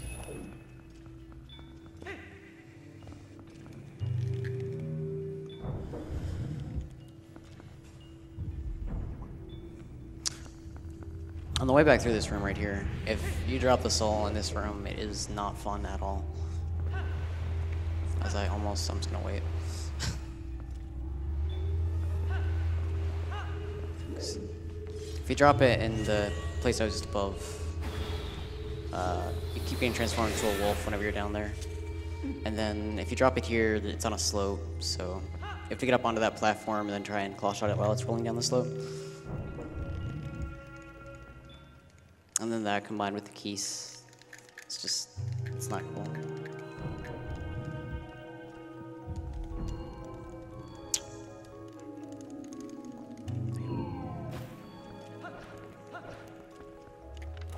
Drop that to get to the light platform faster, and then I can claw shot it from the light platform. That was a decent light sword segment. You can void out actually before this cutscene starts, and then the cutscene will start after you void out and respawn. It's not that long of a cutscene though. It's only like 20 something seconds.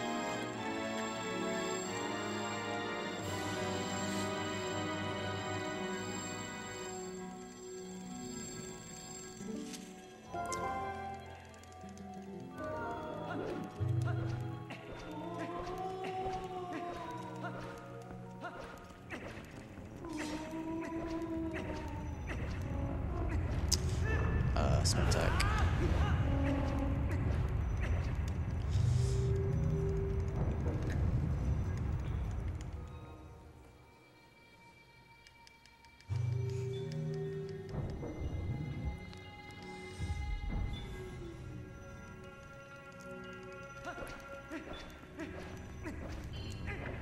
Wow, I think I screwed up. Yeah, ideally you just swing the sword twice here. I messed it up. Swing it too early, I think. You You want to be able to throw these into the slots without going in here because these things will screw you up.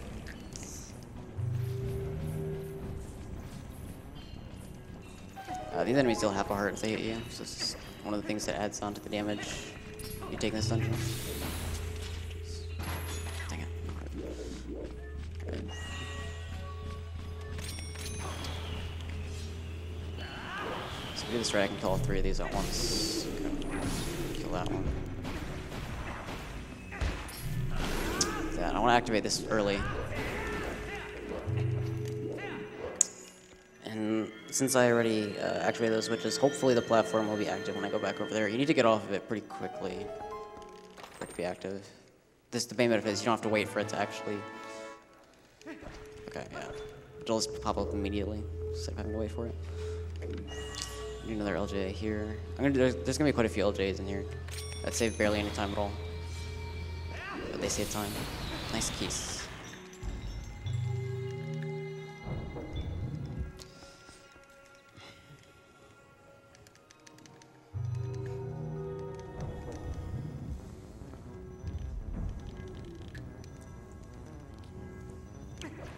This target is very finicky. Okay, that was good.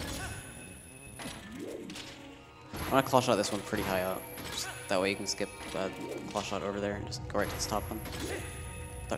Claw shot target.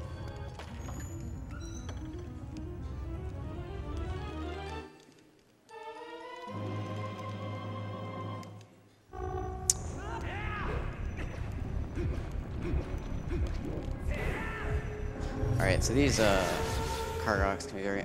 yep, wow. Just because of the spin attack, I cut off the... These things are extremely annoying here. So there's an LJ you can do here to get to the area I'm going to, but I'm not going to do it, as I don't want these card rocks screwed up for me, and it doesn't save that much time. If I fail it, it will look stupid. So yeah, LJ, you can do an LJ from here to there. Wow, nice. So the main benefit is I would have already been over there and been able to kill him. No heart.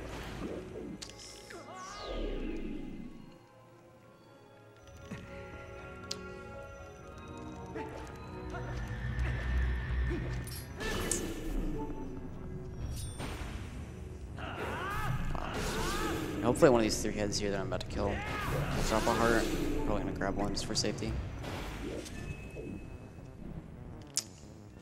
Alright, this next room is on a cycle at the top. If you're fast enough, you can make an early cycle on a light platform, which saves roughly 17 seconds. I pretty much have queues for everything. No heart, oh well. Alright.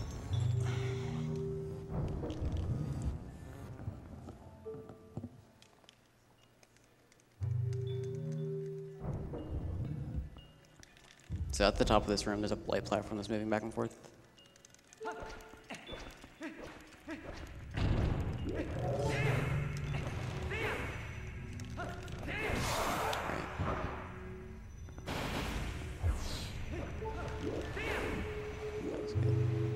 Looking at something on the wall here.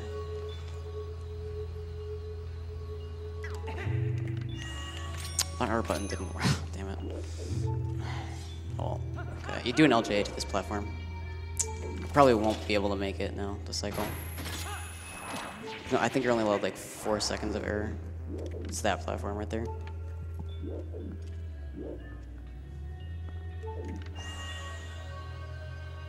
Like sometimes you gotta hit the R button. You have to hit it all the way. If you don't hit it all the way, the target doesn't get set. It didn't go out of bounds, but I have not had that happen before.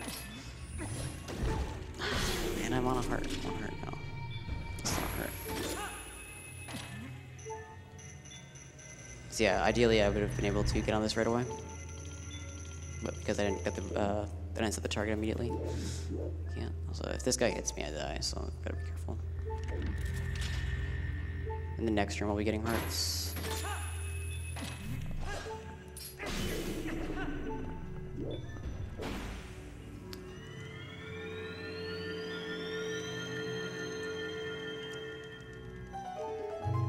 Also, it might not be exactly 17 seconds that the making that early cycle saves. That was just the last I was told.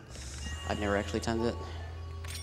Put an LJ here to skip, waiting for that platform to come over here.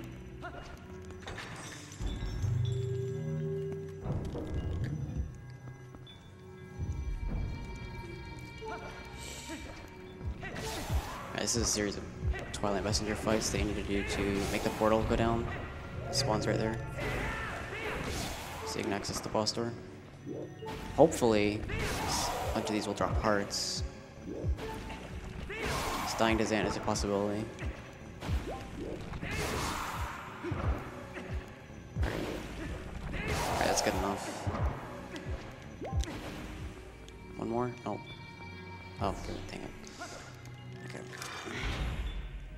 So Zant is probably the coolest boss when done well. Although his spawns in some of the fights are random. There's a phase that is in the water, so I need to use bombs to refill my air meter during that phase.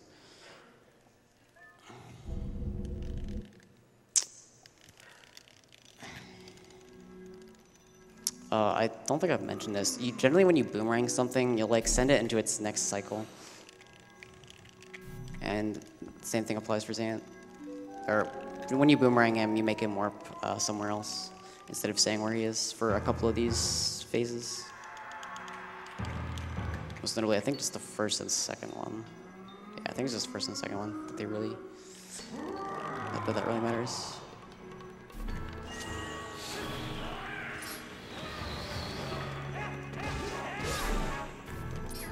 Okay, cool spawns.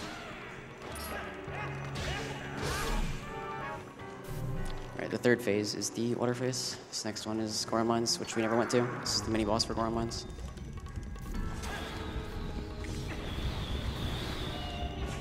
Alright, so yeah, when you boomerang, he warps away.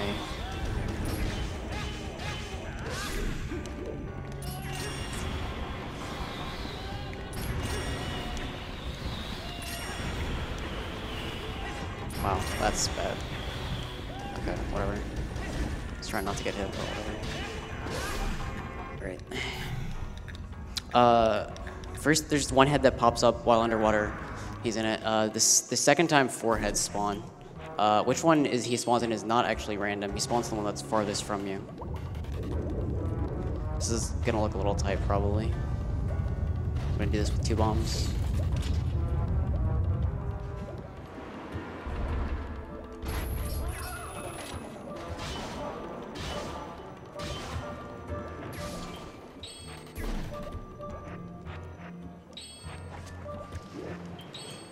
Iron Boots. Okay, so again, 4 heads are gonna pop up. I'll spawn one's farthest away from me, so I'm gonna use that to my advantage. Try and snag a heart here.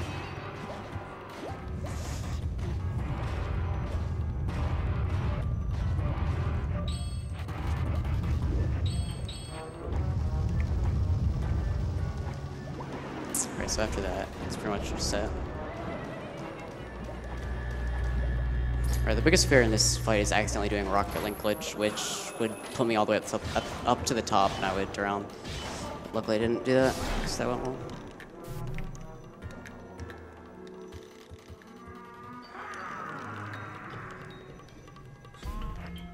How many times he jumps around here is set?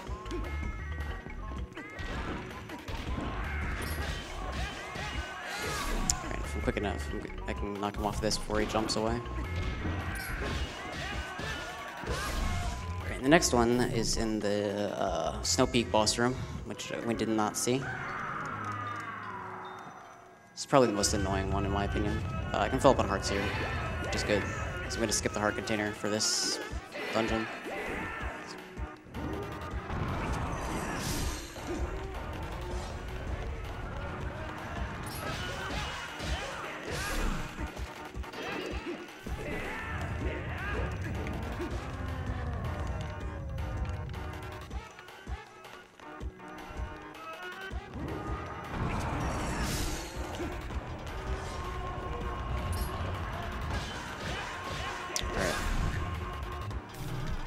This last fight is extremely quick, if you do it properly.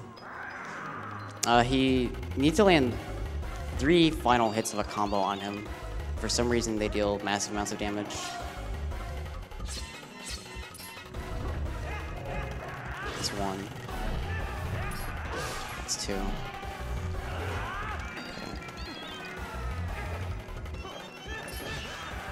Okay. That fight went pretty well. That palace went pretty well, aside from just missing the early platform. Alright, so next up is Hyrule Castle, which is the last dungeon. I guess it's not really technically a dungeon, but Hyrule Castle pretty much just consists of constant fights.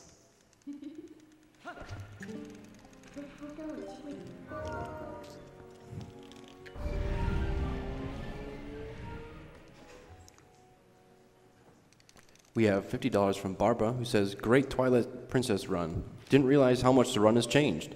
Let's get Sugareth glitch met." I'm going to transform the wolf here because it's just faster. I'm going to need to warp anyway. Warping always transforms you into a wolf, and Mina's going to have some text here.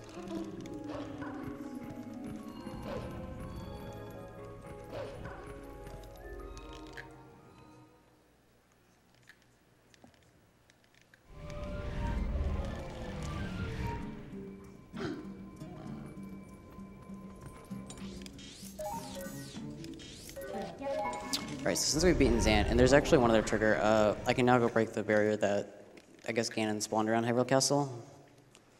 The barrier to break this, the cutscene to break this barrier is pretty long. I'm not sure exactly how long, but if you want to knock out some donations while it's running, you can go ahead. But right here, I'm going to skip the mailman real quick. It's the last time. We only do it twice in the run, I believe. I had to do it way too many. I don't know if that's going to work. I'm not going to believe. Why did they not give me no chat? Hey.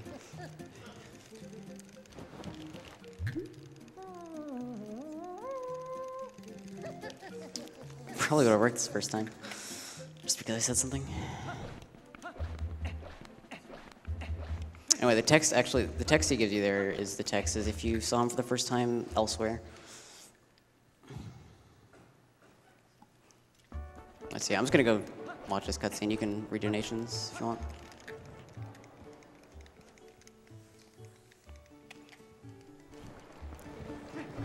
We have $50 from Nintendo Prime that says, "This game is awesome. This run is awesome. This charity is awesome. This event is awesome. Gosh dang it, everything is awesome."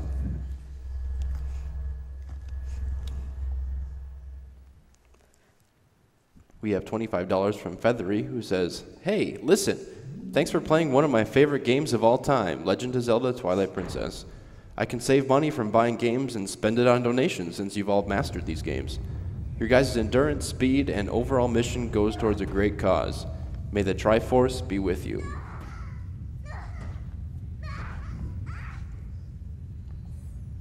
$10 from Ludwig Selke, who says, "First time donating to a Games Done Quick event. Twilight Princess caught my attention as I've never seen it stream before. Keep up the good work, and thank you, Iwata, for everything."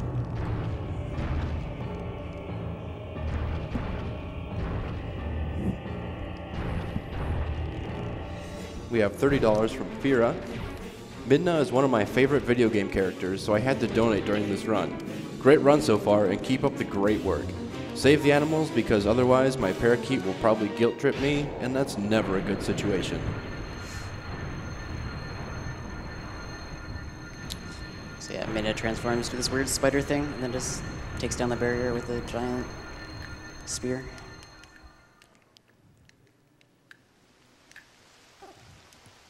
She's referred to as Squidna.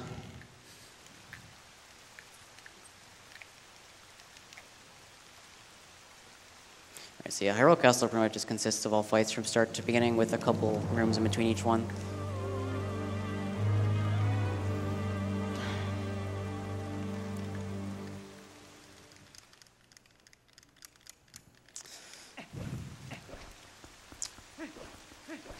I've tried so many times to roll between those two doors, but I just can't. I always bonk.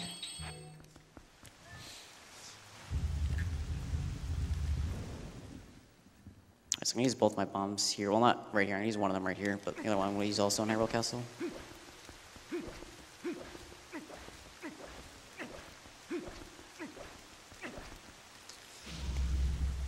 with one bomb here, you can just kill all these. Actually, it doesn't deny by itself. One of them hits the bomb and it kills them. Or should, yeah, okay. Sometimes one of them will survive. This barrier takes forever to go away.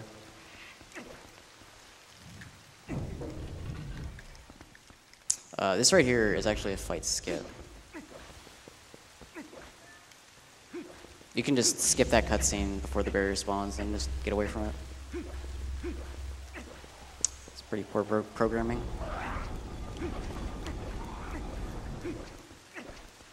I'm gonna do that one other time actually, although the next one's a little bit more difficult, so I'm gonna be kind of careful with it.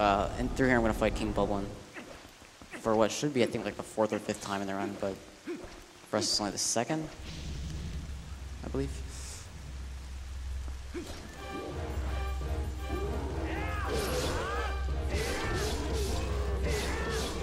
This guy's hitbox is really weird if you don't do the fight properly. You can just sit there doing spin attacks on him and nothing will hit him. He'll just keep blocking it even when you're attacking from the back.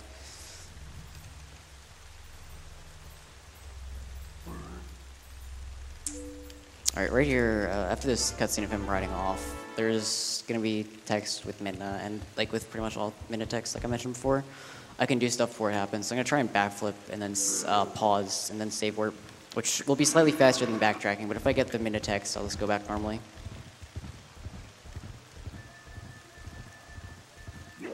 Wow, okay.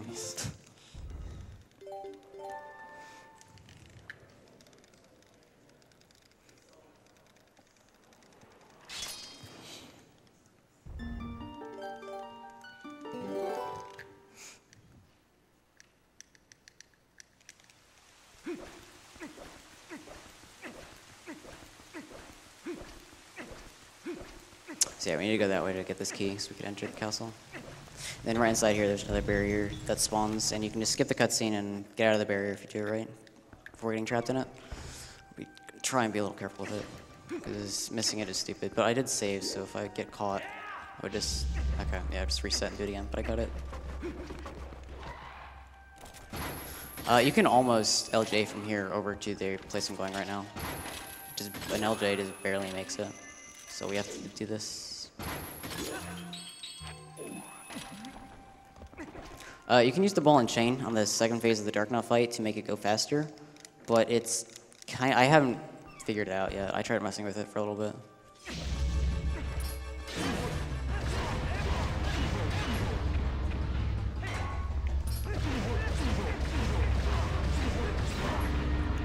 I'm just gonna stick to old school strats. Using the ball and chain only saves like 2 seconds or something.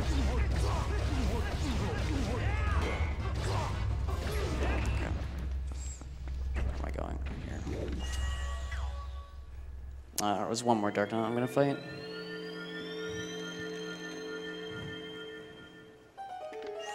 That's what. That cutscene like manipulates your angle. If you have the right angle, you can just make it so that way you're facing the torch that you need to put out after it.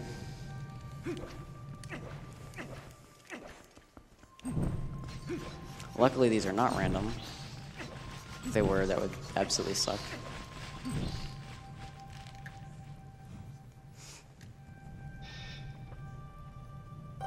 Use my other bomb here to hopefully kill these two Lizalfos in this next room. Like I said, it's constant fights pretty much. So hopefully they'll both get close to me. Yeah, okay. I'm just gonna use the boomerang on the bomb to blow it up and kill them both with it. I'm gonna go with Claw Shot, because through here I'm gonna fight another Area Flows. The Area Flows is the enemy I skipped earlier to get the double Claw Shot.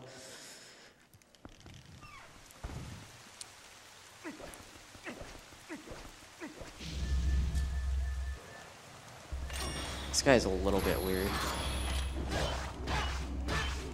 Sometimes you can't hit him right now. Like, what is he? Oh. What?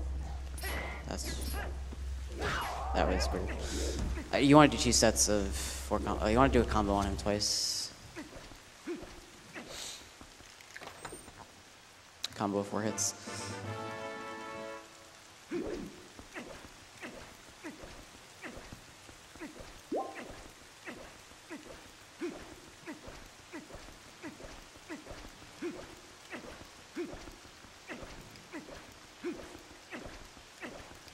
Oh yeah, so there's this cutscene here, pretty much nothing to really talk about. But I want to mention this game has a really cool 100% category. If you've never seen it, you should probably check it out. Thursday here runs it, and a bunch of other people run it too.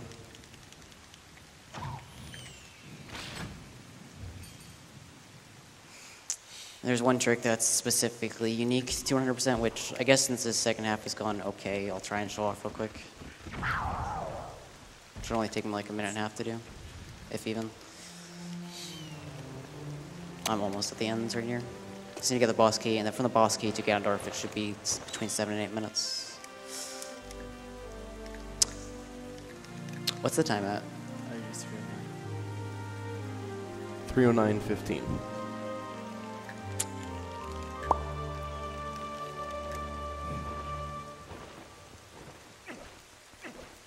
So yeah, I think I lost about 10 minutes in the first half of this run, which was really stupid. My PB is 309.45.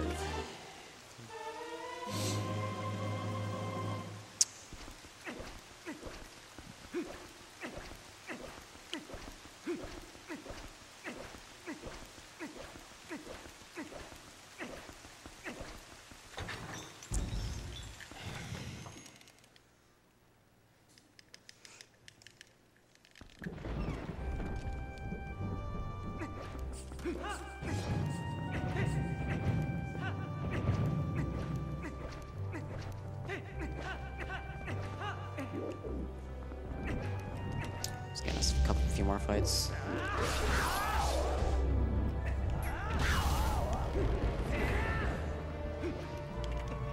Wow. You want to kill your speed by going to first person right as you get to at the edge of the stair.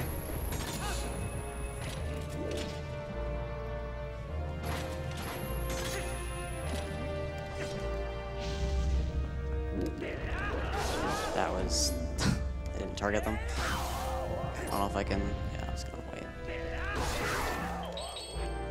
Alright, so...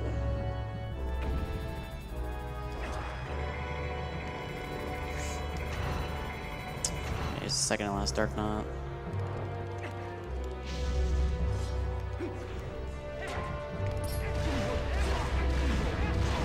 This fight is ridiculously laggy. Wow.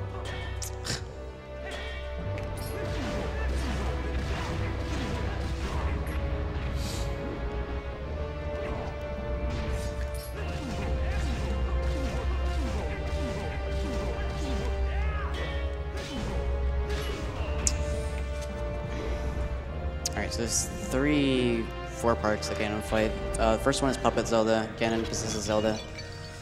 She attacks you randomly with 3 different attacks. I want her to, ideally, she'll give me, you want to reflect an energy ball back at her. Ideally, she'll give me a 7 cycle, which is the best possible. She'll give me an energy ball on the 1st, 3rd, and 7th attack. She can also charge at me and spawn a triangle on the ground, which will hurt me. She can give you up to 15, which is over double of what the best is. Marathon luck, it'll happen. I records 46. Alright, the pots. Wait, what? Yeah, I kept dying. Alright, that's what I want.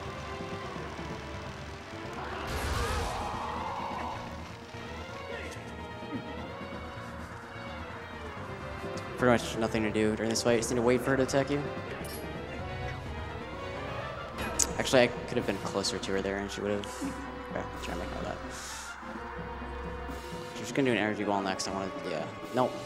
Okay.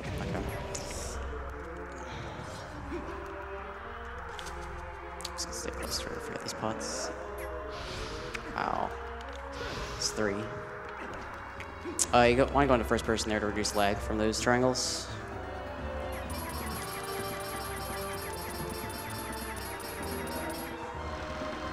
This is 4.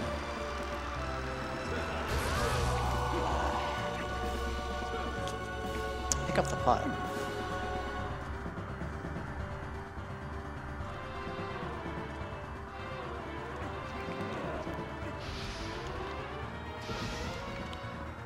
If you jump back into this triangle quick enough before it disappears, she'll laugh at you as if you got caught in it. I'll try and do it if she does another one.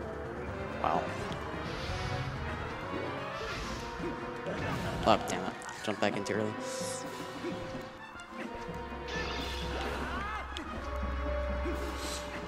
Last count. I think that's 6.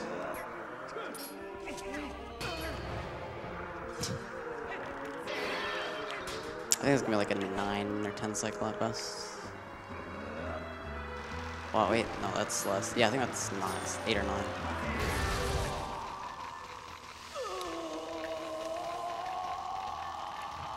Alright, so base cannon has like 3 phases, I guess. If you're the first and second phase properly, his third phase is based on portals. Like he'll spawn portals around the room and then randomly come out of one. If you do the first and second phase right, he will only spawn one portal and always come out of that portal during the third phase.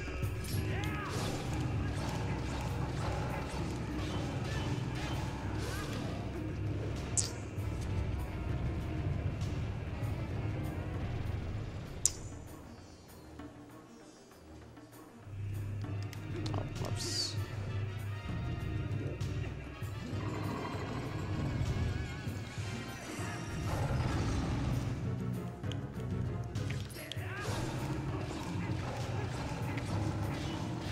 You can also do a roll stab instead of a jump attack there.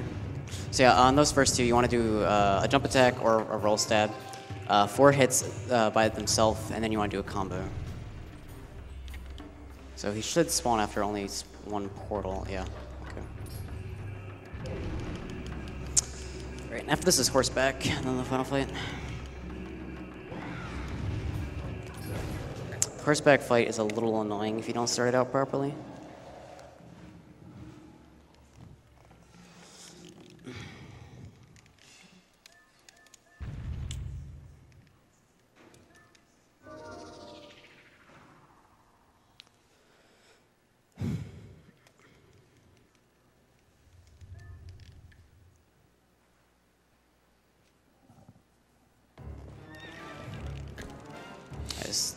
Both these first fights are pretty quick if you do them right.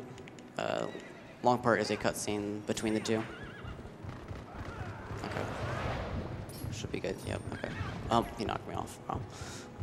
Yeah, if you get too close, he can knock you off. This horse. This horse like has a hitbox. Oh my gosh! He keeps intercepting me. Don't do it. Don't do it. Oh, okay. What on earth? Zelda, come on, shoot.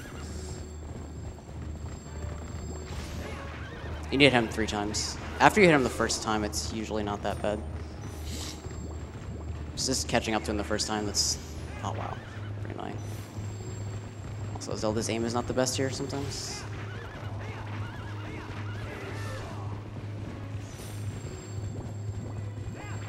If he turns sharply, that can be a problem too. Alright, this final fight is 12 seconds if you do it properly.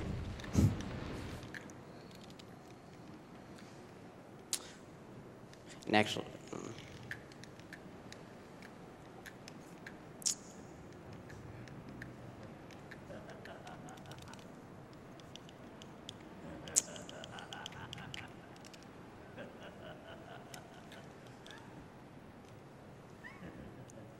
actually with German here, you can...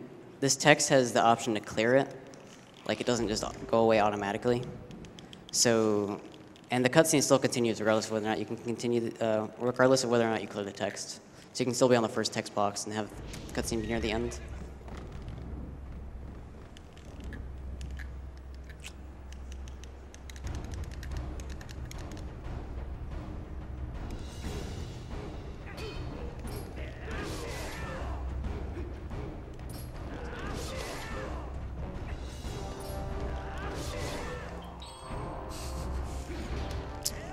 Time.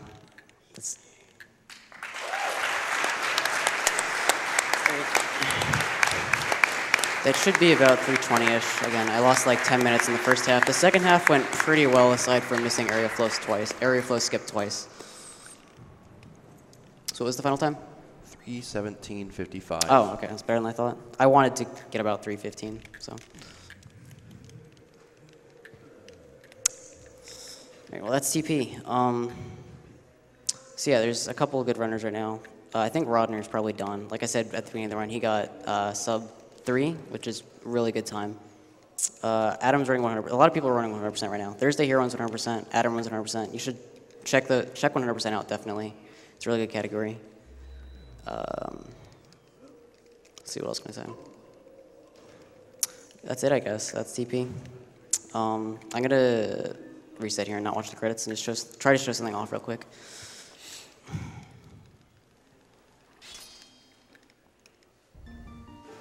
Let's see where, oh, is this? I didn't save, did I? Oh, okay, this will work.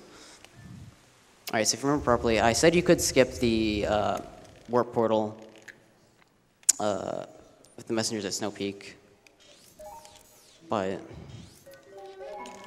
I didn't want to because I didn't want to do the snowboarding blind, and I want to be able to come back here quickly to show this off without taking too much time. This trick isn't 100%. Hopefully I don't mess it up. I need to do map glitch again. This trick only works in 100% because you have to actually have the midnet text triggered. Why am I D-pad? Hello. Okay. All right. So. Nice. Boomerang for this. All right, so this is basically a faster way of getting a Snow Peak, provided you have already been there once. Like right there.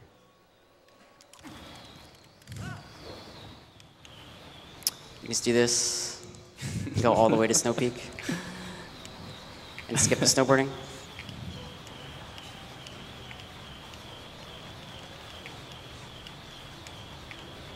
Yeah, this is just a glimpse of the stuff you'll get in TP 100%. Camera zooms in on Link, and he's just doing this. With the boomerang, you can hear the boomerang trailing behind him. Just can't catch up. So yeah, the LJA is the fastest form of movement in this game, but unfortunately can't LJA everywhere. I think it's like 72 speed. And then once I'm in this point, I can save warp.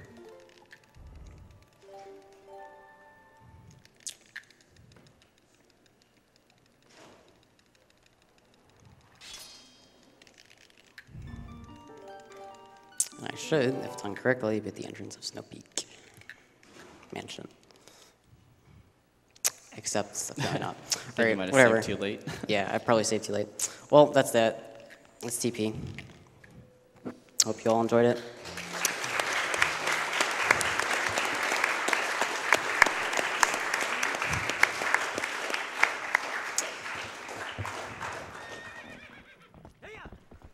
Thank you, Chaotic Ace, for that run of Twilight Princess any percent.